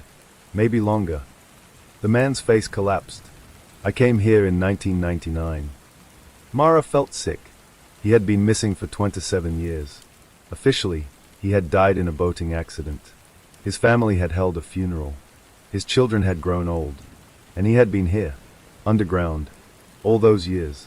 Mara looked around. How many people had suffered the same fate? How many families had mourned people who were still alive? How many graves were empty? They reached the main corridor. A steel door stood open. Beyond it was a massive underground chamber. Mara stopped. The room was enormous. Rows of tables, computers, files, maps, photographs, hundreds of names. Some were crossed out, others were highlighted. At the center stood a circular platform, and on it, Emily. She was holding a small metal device. Mara ran toward her. Emily. Emily turned. You found me. Mara hugged her. Emily stiffened at first, then embraced her. You opened the doors. Emily nodded. Yes. Why? Because I finally found the master key. Mara looked at the device. This? Emily nodded. It belonged to your father. Daniel. No. Mara frowned. David. Emily shook her head. Michael. Mara's expression changed. My father. The man who raised you wasn't your father. I know. Emily looked at her. But the man who protected you was. Michael. Yes. Mara remembered the photographs. The name Michael Carter. The man who had appeared in the old recordings. Where is he? Emily looked away. He died. Mara's heart sank. When? 11 years ago. How? They killed him. Who? Emily whispered. The first keeper. Mara looked around the chamber. David. No. Thomas. No. Then who? Emily didn't answer. Instead, she walked toward a wall covered in photographs. She pointed at one. An old black and white photograph. A group of men standing outside the Blackwood Grand. Among them was a young Michael, a younger Thomas, and another man. Mara didn't recognize him. Who is that? Emily pointed. That's where it started. What was his name?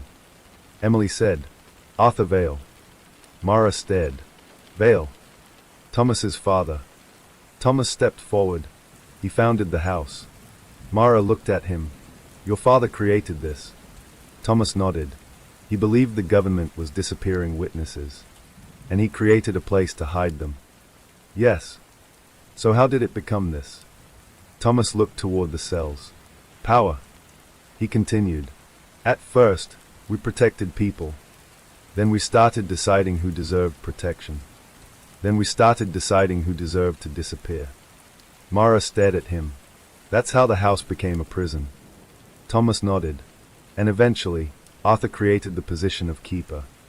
Why? Because someone had to control everything. Mara looked at the photographs. And David took that position. No. Thomas shook his head. David was never the keeper. Mara frowned. Then who was? Thomas looked directly at her. Michael. Mara couldn't speak. Michael was the keeper. Yes. The man who protected me. Yes. Then why did David pretend? Because Michael asked him to. Why? To keep the house from finding you. Mara looked at Emily. How do you know all this? Emily's eyes filled with tears. Because Michael told me. Before he died. Yes. What else did he tell you? Emily hesitated. He told me you were the only person who could destroy the house. Mara stared. Why? Because the system was built around your memories. My memories. Emily nodded. Your mother carried the original memory map. Mara frowned. The memory map. Every location. Every name. Every secret. Emily touched Mara's forehead. You inherited it. Mara stepped backward. How? Because Sarah was pregnant when she escaped. Mara remembered. The flashes. The children. The rooms. The faces. She hadn't been imagining them. They were inherited memories. Memories of things she had never personally experienced. Suddenly, the lights flickered. Thomas looked toward the ceiling. We need to go. Mara frowned. Why? Because the house has another system. What system? Emergency lockdown. Didn't we already disable it? We opened the prisoners. We didn't shut down the network. Mara looked at the monitors. One screen turned on. A map appeared. Red dots covered the country, then Europe, then North America, then the entire world. Mara stared. The house. Thomas nodded. Isn't just here. How many facilities? We don't know. How many people? Thousands. Mara looked at Emily. Then this isn't over. Emily shook her head. No. She pointed toward the screen. It's just beginning. A loud alarm sounded. The chamber doors began closing. People screamed. Mara shouted. Everyone move. The prisoners ran toward the exit. One elderly man fell. Mara helped him up. Come on. He looked at her. Who are you? Mara answered. Someone trying to get you out. They reached the main corridor. But the steel doors slammed shut. Mara hit the control panel. Nothing. Thomas searched the wall. We need the master key. Mara looked at Emily. Where is it? Emily held up the device. I have it. Then use it.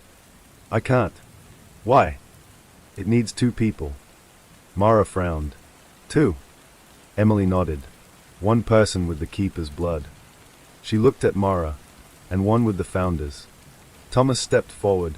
That's me. Mara understood. Thomas was a Vale. The founder's family. She held out her hand. Emily placed the device between them. Together. Thomas placed his palm against one side. Mara placed hers against the other. The device began to glow. The doors unlocked. Everyone rushed through. But then Thomas screamed. Mara looked at him. Blood began running from his nose. Thomas. He collapsed. Mara caught him. What happened? Emily looked terrified. The system rejected him. Why? Because he's not the founder's heir. Mara stared. Then who is? Emily looked at Mara. Silence. Mara's stomach dropped. Me. Emily nodded. Your mother was a Vale. Mara looked at Thomas. Then at Emily. Then at her own hands. The house wasn't recognizing her because of her mother's memories. It was recognizing her because she carried the bloodline of its founder, Arthur Vale. Mara was his descendant. And perhaps the house had been waiting for her all along. They finally escaped the underground complex. Dawn was beginning outside. The Blackwood Grand stood silent against the pale sky. Hundreds of former prisoners emerged through the hotel doors. Police surrounded the building. News helicopters appeared overhead. Mara looked back. For the first time, the hotel didn't look mysterious. It looked ordinary. That was the terrifying part. The greatest secrets had been hidden behind ordinary walls. She looked at Emily. Where's Sarah? Emily pointed toward an ambulance. Mara ran. Sarah was sitting inside. Alive. Exhausted. She looked at Mara. My daughter. Mara sat beside her. Tell me everything. Sarah began crying. I wanted to. When? Always. Then why didn't you? Because they threatened you. Who? Sarah looked toward the hotel. The house. Mara shook her head. It's over. Sarah stared at her. No. What? It's never over. Sarah reached into her coat. She removed a folded map. Mara opened it. There were dozens of locations marked in red. What's this? Sarah whispered. The other houses. Mara stared. There are more. Yes. How many? Sarah looked at her. 37 that I know of. Mara felt the weight of the truth settle over her. 37 hidden facilities. 37 networks. Thousands of people who might still be missing. Thousands of families who might still be waiting. She looked at the map, then at Emily, then at Sarah. Her investigation had started with one impossible question. What happened to the girl who vanished from room 17? Now she knew. Emily hadn't been the end of the story. She had been the beginning. That evening, Mara stood outside the Blackwood Grand. The police had sealed the building. The press had gathered outside. The world was finally asking questions. But Mara noticed something. A man standing across the road. Dark coat. Watching her. She walked toward him. He turned. Mara recognized him. David Collins. Her supposed father. The man who had supposedly died years ago. Mara raised her weapon. Stop. David smiled. You opened the house. You're under arrest. He shook his head. You still don't understand. Understand what? He stepped closer.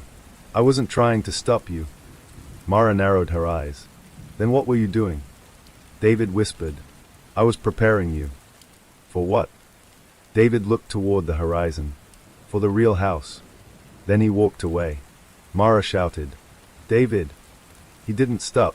She ran after him. But when she reached the corner, he was gone. Only an envelope remained on the pavement. Mara picked it up. Her name was written across the front. Inside was a single photograph. A building. A remote facility surrounded by forest. Underneath it, house number 38. And beneath that, your father is inside. Mara stared at the photograph, then turned toward Emily. Emily's face went pale. That's impossible. Why? Emily whispered. Because house number 38 doesn't hold prisoners. What does it hold? Emily looked directly at Mara. The people who run the house. Mara looked at the photograph again, then at the dark forest beyond the hotel. The first chapter of the investigation had ended, but the real story had just begun. And somewhere inside house number 38, a man who had been declared dead was waiting for his daughter. The photograph remained in Mara's hand long after David disappeared.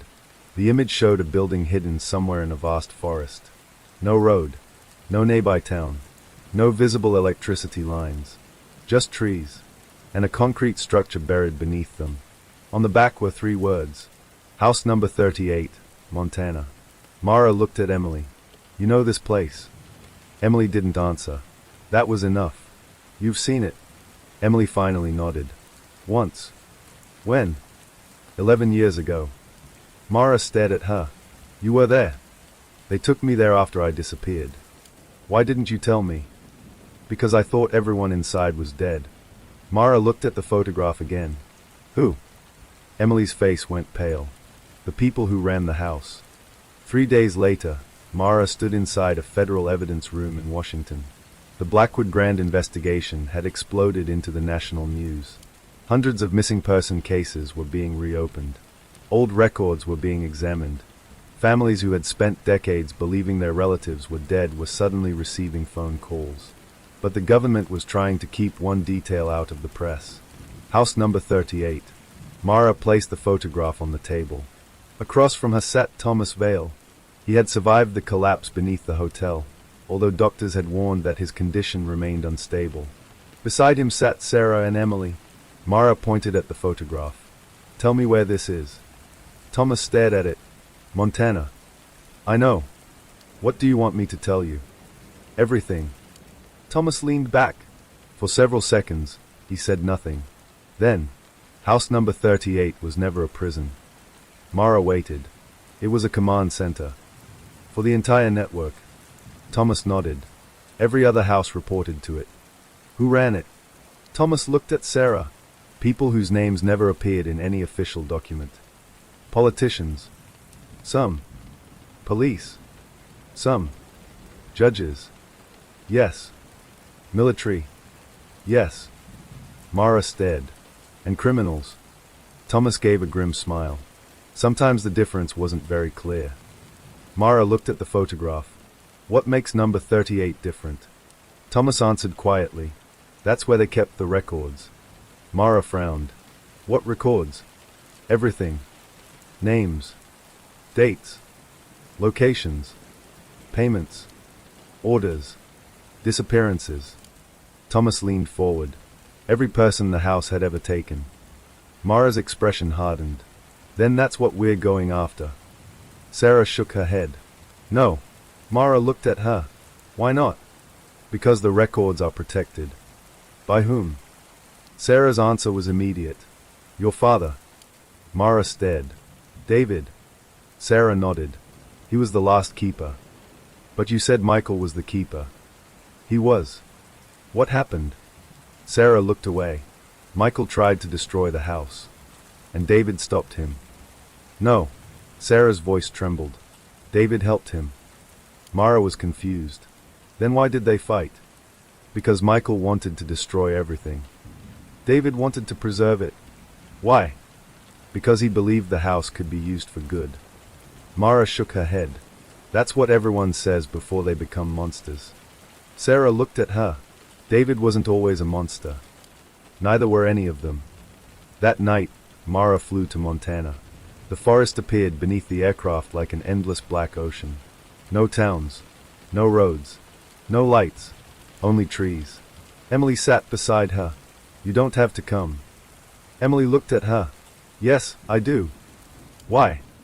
Because I know how to get inside. Mara looked at her. You've been there before. Emily nodded. And you escaped. I didn't escape. Mara waited. They let me go. Why? Emily looked through the window. Because they wanted me to bring someone back. Who? Emily turned. You. The helicopter landed just before sunrise. Mara stepped onto the forest floor. The air was cold. The trees were enormous. Their branches blocked most of the sky. Thomas had given them coordinates. There was supposedly no building anywhere nearby. But after walking nearly 2 miles through the forest, Emily stopped. Here. Mara looked around. Where? Emily pointed downward. Under us. Mara examined the ground. Nothing. Then Emily moved several feet to the left. She brushed away leaves. A metal plate appeared. There was a small symbol carved into it. 3 circles. Mara touched the symbol. A click sounded. The ground opened.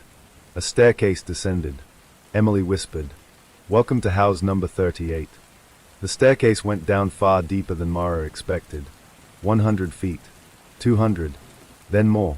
The air became colder. The walls changed from concrete to steel. At the bottom was a massive door. There was no keypad. No lock. Only a fingerprint scanner. Mara stared. Whose fingerprint? Emily answered. Yours. Mara placed her hand against the scanner. Nothing happened. Then the screen displayed. Subject recognized. Mara's heart stopped. A second message appeared. Welcome home, Mara Carter. The door opened. The facility was enormous. Corridors stretched in every direction. Glass offices, control rooms, archives, dormitories, medical rooms. There were even kitchens. It wasn't a hidden bunker. It was an underground city. And it appeared abandoned. Mara walked slowly. Dust covered the floors. Computers sat silent. Coffee cups remained beside desks. A jacket hung over a chair. A calendar on one wall was still open to October 2013. Emily stared at it. That's when they left. Who? Everyone. Why? Emily shook her head. They knew something was coming. Mara approached the central control room. Hundreds of monitors covered the walls. Every screen was black. Then one flickered. A message appeared. Good morning, Mara. She froze. Emily whispered. They knew we'd come. Another message appeared. You have 31 minutes. Mara frowned. 31 minutes until what? The screen changed. A map appeared. One red dot flashed.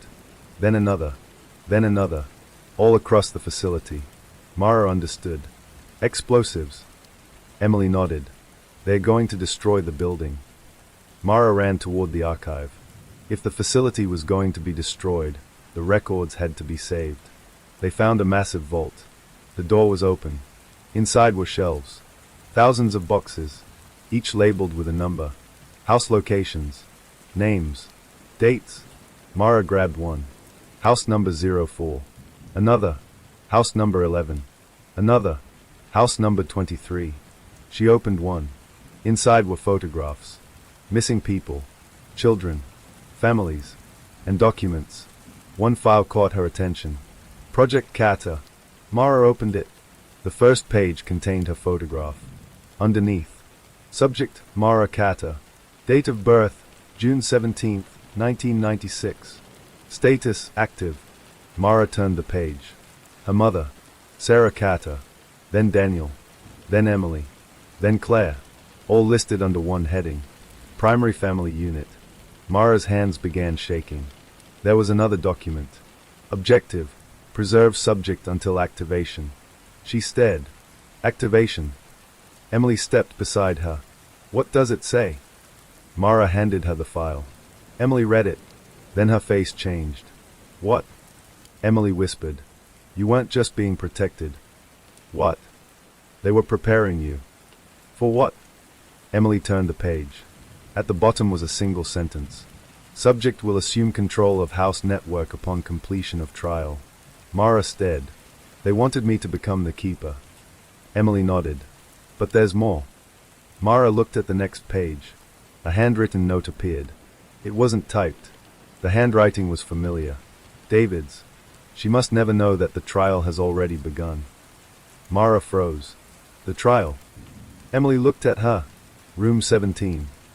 Mara nodded. The entire investigation. The calls.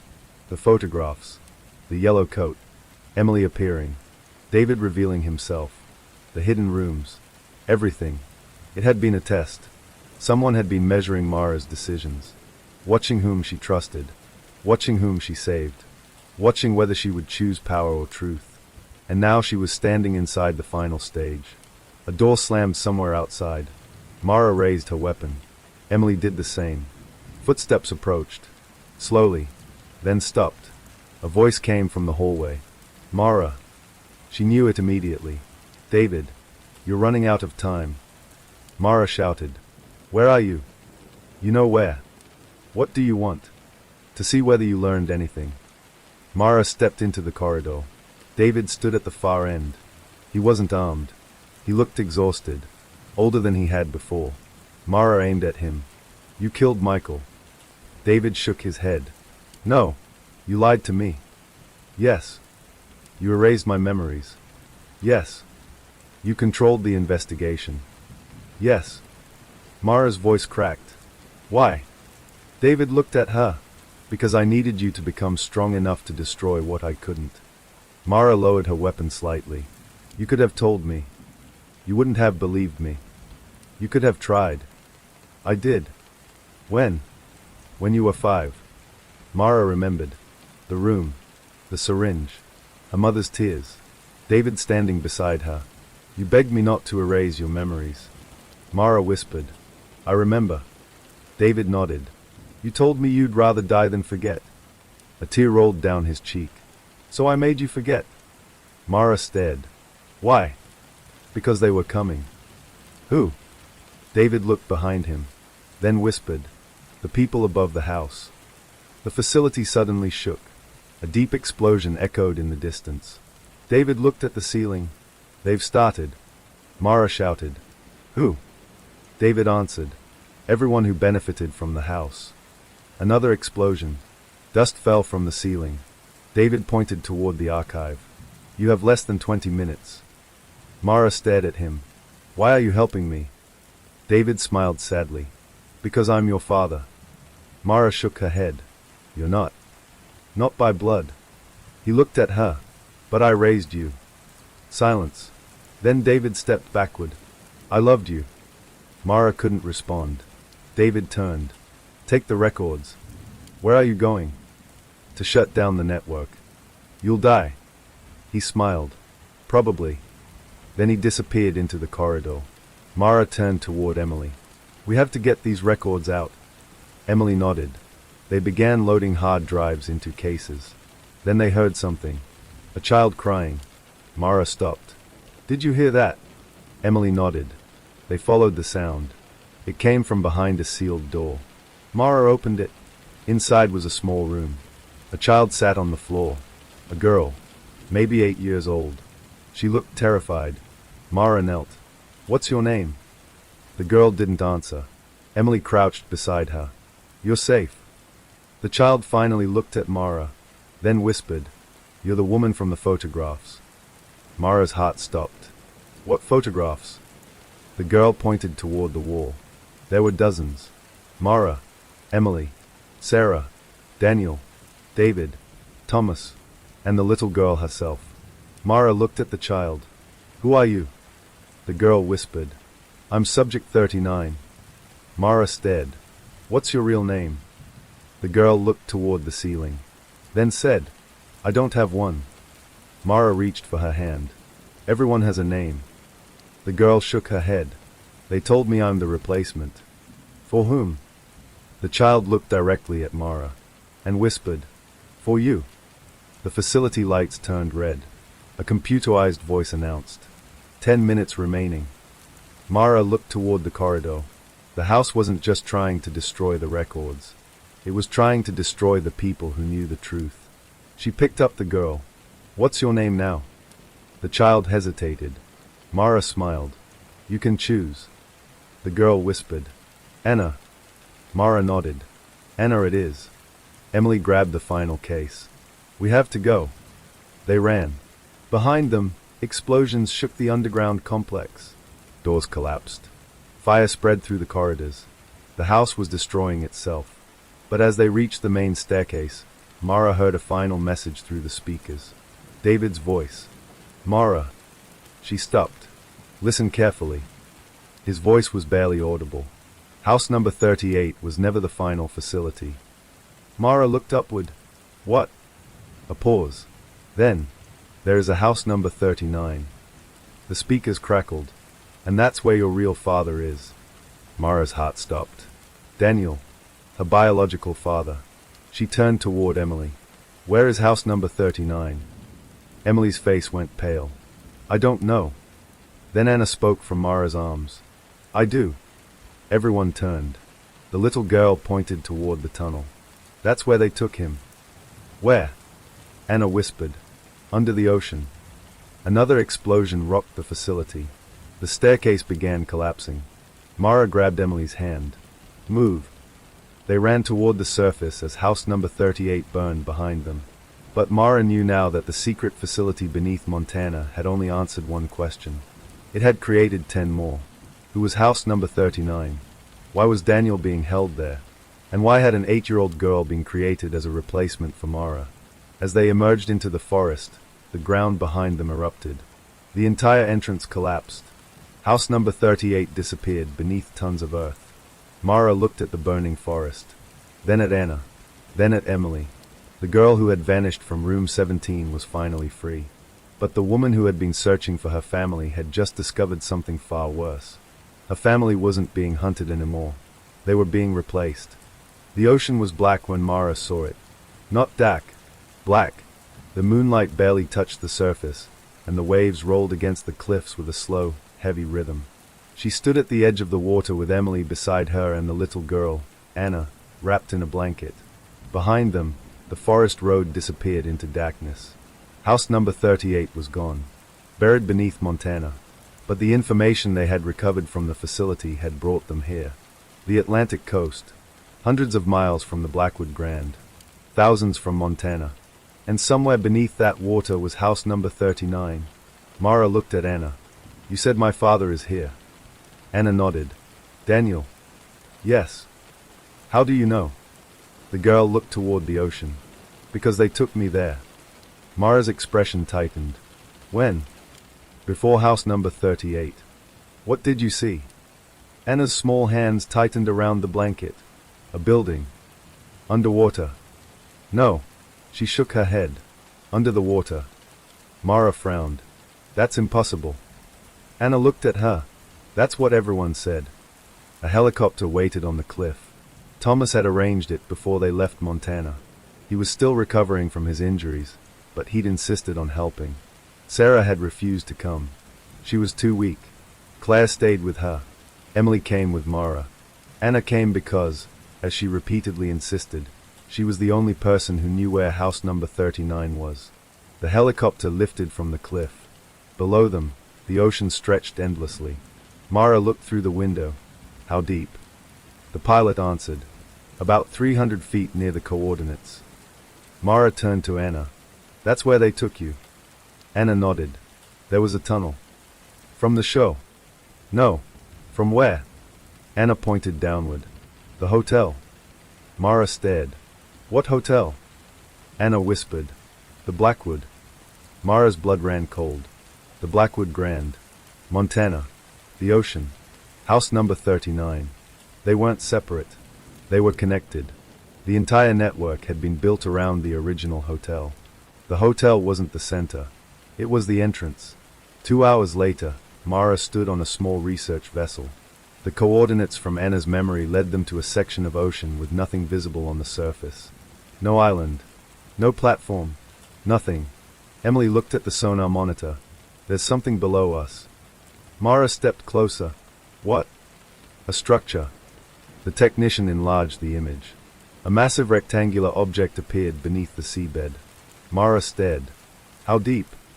320 feet. How do we get there? The technician pointed toward a small submersible. That. Mara looked at Emily. Emily was already putting on a diving suit. I'm coming. Mara nodded. Anna grabbed Mara's hand. Don't leave me. Mara looked at her. You're staying here. No, you can't come. I know the way. Mara hesitated. The girl had been inside house number 39. She might be their only guide. Mara crouched. Then you stay beside me. Anna nodded. The descent took 11 minutes. The ocean swallowed the submersible. Light disappeared. Then the sonar detected the structure. A huge steel door appeared beneath them. It was embedded directly into the seabed. No windows. No markings. Except one. 3 circles. Mara felt a chill. The house. Even here. They positioned the submersible beside the entrance. A mechanical arm connected to the access hatch. The door opened. Beyond it was a tunnel. The submersible entered. The hatch sealed behind them. Then the tunnel began rising. Mara realized something. They weren't entering an underwater building. They were entering an underwater passage. The tunnel eventually emerged into an enormous chamber. The water drained away.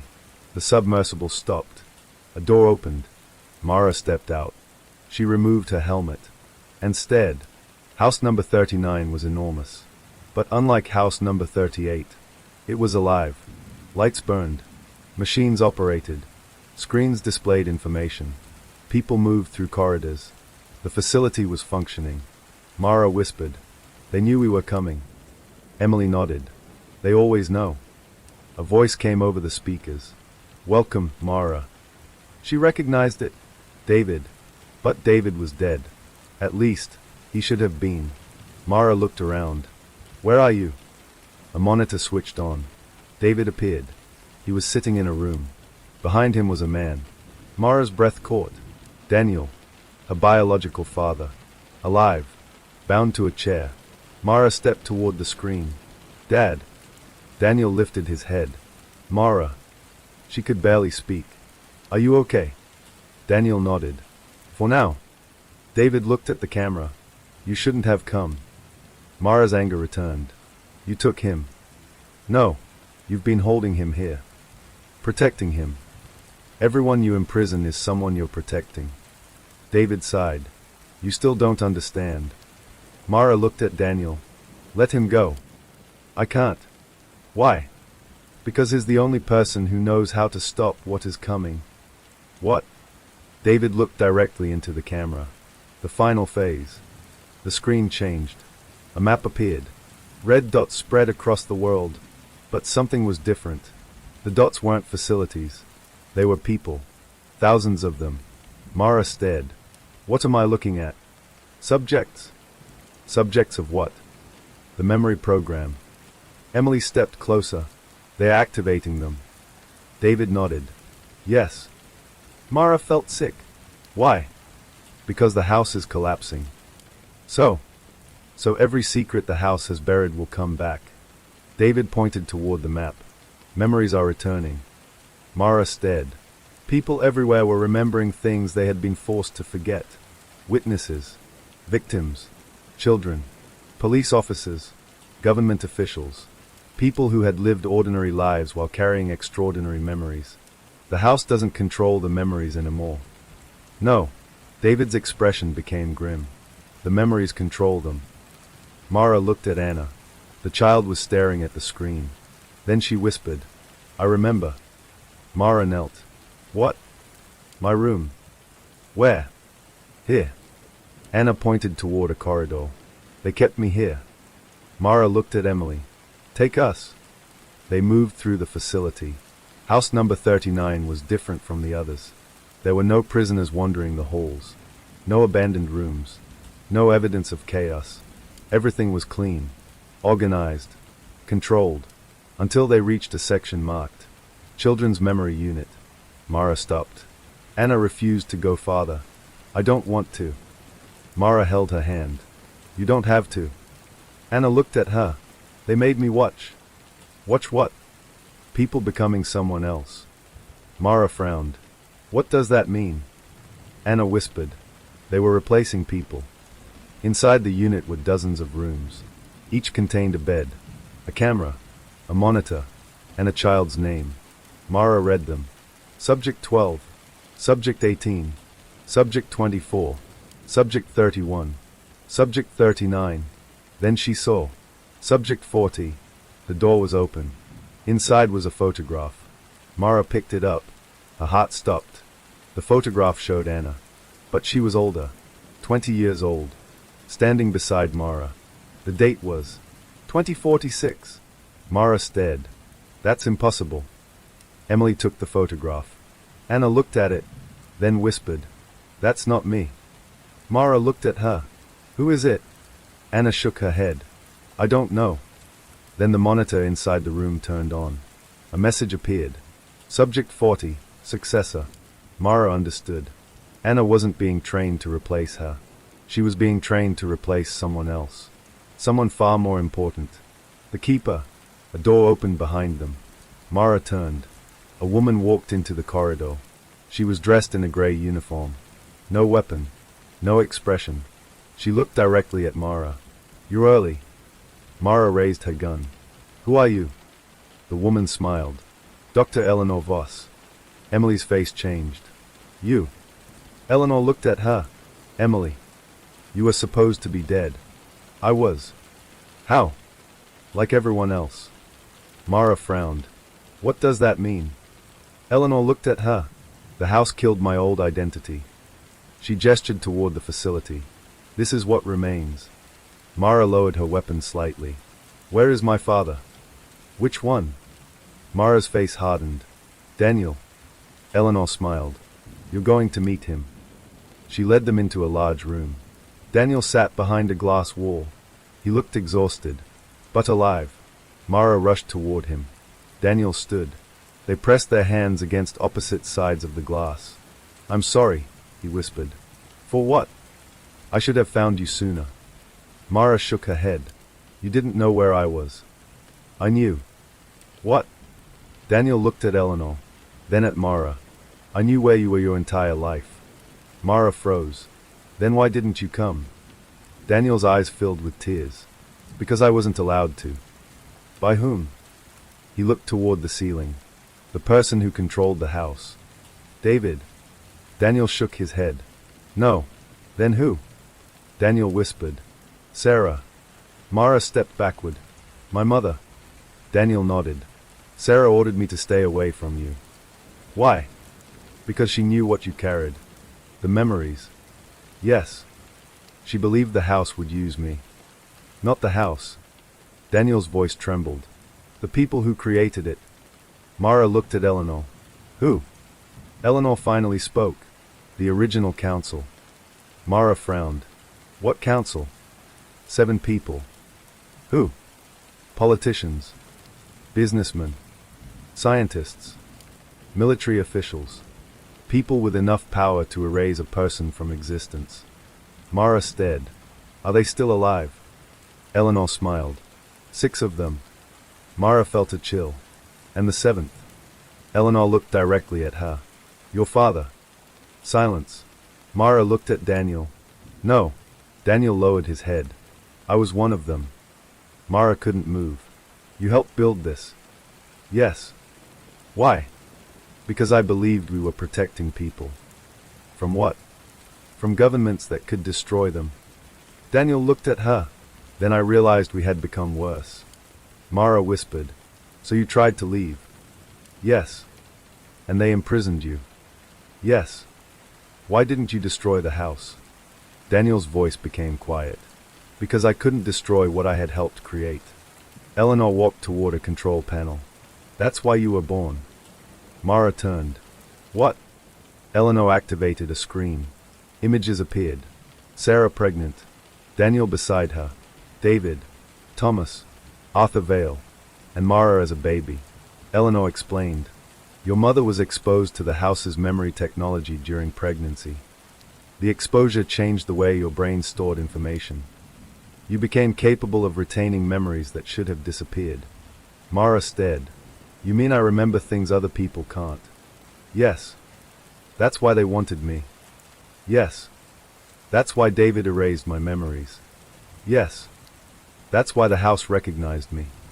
Eleanor nodded. And that's why you were never supposed to discover the truth. Mara looked at Daniel. Why didn't you tell me? Daniel looked at her. Because you were the last piece. The last piece of what? He answered. The system. Eleanor activated another screen. A diagram appeared. 7 circles. 6 were dark. 1 was illuminated. Mara's photograph appeared in the center. Final keeper, subject M. Carter. Mara stared. I don't want this. Eleanor smiled.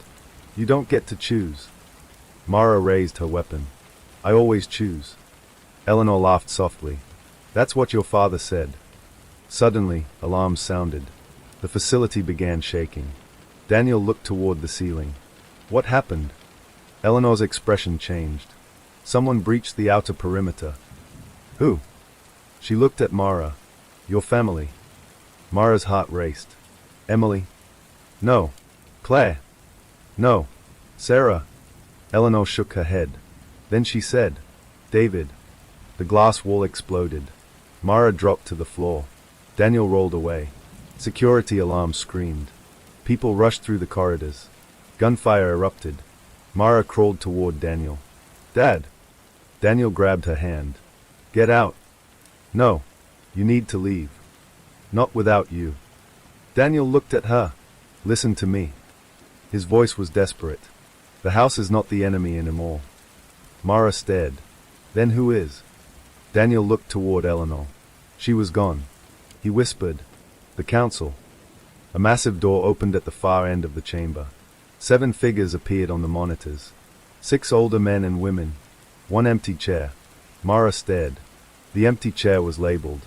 7th member, Daniel Carter. Daniel looked at the screen. They are here. Mara raised her weapon. Where? Daniel pointed toward the deepest part of the facility. They built house number 39 for one purpose. What purpose? To preserve the council. Mara felt the blood drain from her face. They are not 6 people. No, they are copies. Daniel nodded. Every one of them has been replaced. By whom? Daniel looked at her. By memories. Mara suddenly understood. The house hadn't been preserving bodies. It had been preserving minds. Memory copies. Identities. The people who controlled the house could survive even if their bodies died. They could move from person to person. From generation to generation. The house wasn't simply a criminal organization. It was a system designed to make its leaders effectively immortal. And Mara's brain was the final technology they needed. Daniel whispered, They want you because you're the first person who can hold all 7 memories without breaking. Mara looked at the monitors. The 6 council members were watching her. One of them smiled. Then the screen displayed a final message. Welcome, 7th member. Mara shook her head. No. The message changed. You already are. Then every door in house number 39 opened. And hundreds of people stepped into the corridor. They weren't prisoners. They weren't guards. They were ordinary people. Doctors, teachers, lawyers, police officers, politicians, parents, children. Each one looked directly at Mara. Each one spoke the same sentence. We remember. Mara looked at Daniel. What did you do? Daniel whispered. Nothing. Then he looked toward the ceiling. The house did. Mara turned toward the dark corridor. And somewhere in the facility, a woman's voice spoke through the speakers. Sarah, her mother. Mara, come to me. Mara froze. The voice continued. It's time you learn why I gave you away. The lights went out, and when they came back on, Daniel was gone. Only a message remained on the glass. House number 39 has chosen its keeper, and the keeper is you. The lights returned. Mara stood in the center of house number 39. But Daniel was gone. The glass wall in front of her was empty. No blood. No broken glass. No sign of a struggle. Just the message burned into the screen. House number 39 has chosen its keeper, and the keeper is you. Mara stared at the words. Then she heard footsteps. One pair, then another, then dozens. The people who had filled the corridor were still there. Doctors, police officers, scientists, teachers, businessmen, ordinary people. But now Mara understood. They weren't ordinary. Every one of them carried memories belonging to someone else. Every one of them had been part of the house, or had been created by it.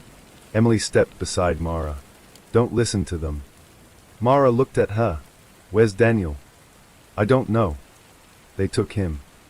Emily shook her head. No. What? They didn't take him. Mara frowned. Then where is he?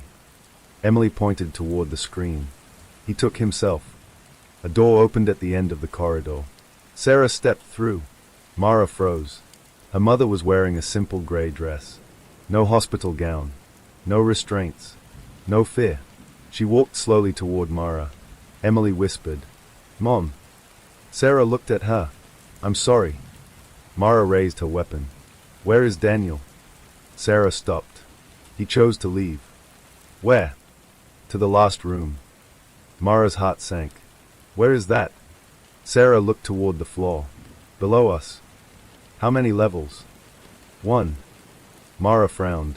House number 39 has another level. Sarah nodded. The deepest one. What's there? Sarah looked at her daughter. The truth. They descended through a hidden staircase. No guards followed. No alarms sounded. Even the people in the corridors remained silent. Mara walked beside her mother. For the first time in her life, they were walking together. But Mara couldn't forget everything Sarah had hidden. You gave me away. Sarah nodded. Yes. You let another man raise me. Yes. You erased my memories. No. Mara stopped. David did. Sarah turned. I begged him not to.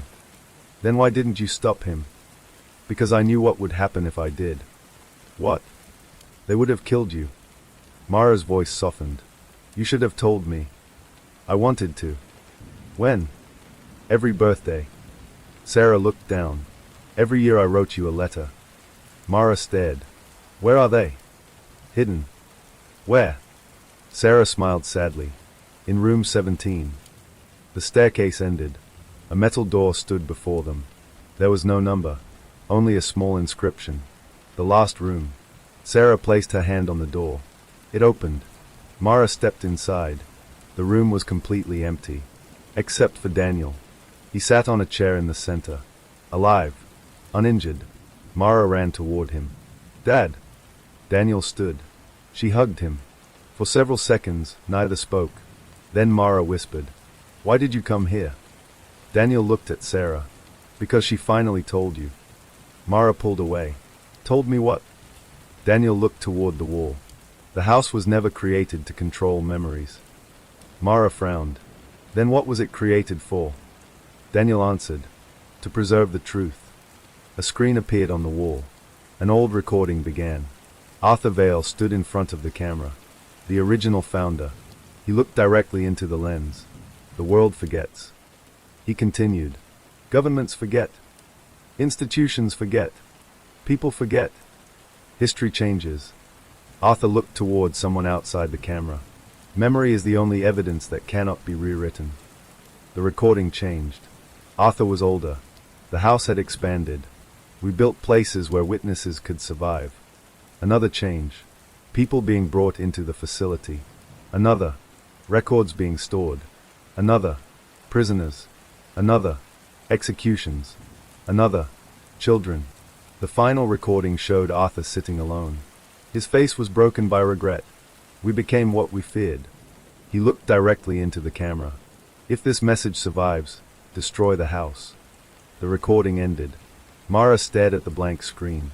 Then why didn't anyone destroy it? Daniel answered. Because Arthur created one final safeguard. What? The Keeper. Mara understood. The Keeper was supposed to destroy it. Daniel nodded. But every Keeper failed. Why? because every keeper eventually believed the house was too important to destroy. Mara looked at Sarah. And now they want me. Sarah nodded. Because you're the first person who knows the truth before becoming the keeper. A panel opened in the wall. Inside was a small metal key. Mara picked it up. What does this open? Daniel pointed toward the opposite wall. A door appeared. There had been no door there before. Mara approached. She inserted the key. The door opened. Inside was a tiny room. No computers. No guards. No weapons. Just thousands of photographs. Every person the house had ever touched. Mara walked slowly through them. Children. Parents. Doctors. Witnesses. People who had disappeared. People who had returned. People who had died. Every photograph had a name. Every name had a story. And then she saw one that stopped her. David Collins. Underneath. Status, keeper. Then, final order, protect Mara Carter. Mara touched the photograph. Her eyes filled with tears. David hadn't been protecting the house. He had been protecting her. All those years. The lies. The memory removal. The distance. The false death. Everything had been designed to keep Mara outside the house until she was strong enough to destroy it. But there was another photograph. Michael Carter. Mara's biological father. His file contained one sentence. Final order. Protect Mara at all costs. Mara realized something. Both men had sacrificed themselves for her. One had given her a life. The other had given up his own. And neither had asked for anything in return. Sarah walked into the room. There is one more photograph. Mara turned. Whose? Sarah pointed. At the very end of the wall. A photograph of a baby. Mara. But the name underneath wasn't Mara Carter. It said, Subject 17. Mara stared. Why 17? Sarah's voice trembled. Because you were the 17th child born to a woman who had escaped the house. What happened to the other 16? Sarah looked away. They didn't survive. Mara closed her eyes. Why? Because their memories were too strong. Too strong for what? The house. Mara opened her eyes. So I survived. Yes. And that's why they called me Subject 17. Sarah nodded. The girl from room 17. Mara finally understood the title that had haunted the entire case. Emily wasn't the only girl connected to room 17. Mara was. She had been the original subject. The original experiment. The original secret. Then the building shook. The walls trembled. An alarm sounded. Daniel looked toward the ceiling. They are shutting everything down. Mara frowned. Who? The council. Why? Because they know you found the archive. Mara looked at the photographs. What happens if they shut it down? Every record is destroyed. Then we don't have much time. Daniel nodded. Mara picked up the archive drive. Can we broadcast this? Daniel looked at her. To the world. Yes. The house has blocked every external connection. Then we create one. Daniel smiled. Your father's daughter. Mara smiled faintly. My father's. They returned to the control room. Emily and Claire were waiting. Anna stood beside them. Mara placed the archive drive into the main system. Nothing happened. The screen remained black. Then a message appeared. Authorization required. Mara placed her hand on the scanner. The system recognized her. Keeper confirmed. Another message appeared. Select function. 3 options appeared. Preserve. Control. Destroy. Mara stared at them. Sarah stood behind her. Daniel beside her. Emily and Claire waited. Anna watched silently. Mara understood. This was the choice the house had been preparing her for. Preserve the house. Control it. Or destroy it. She looked at Sarah. What did Arthur want? Destroy it. What did David want? Protect you. What did Michael want? Freedom. Mara looked at Emily. What do you want? Emily answered immediately. Truth. Mara looked at Daniel. And you? Whatever you choose. Mara turned toward the screen. She pressed. Destroy. For 3 seconds, nothing happened. Then every monitor turned white.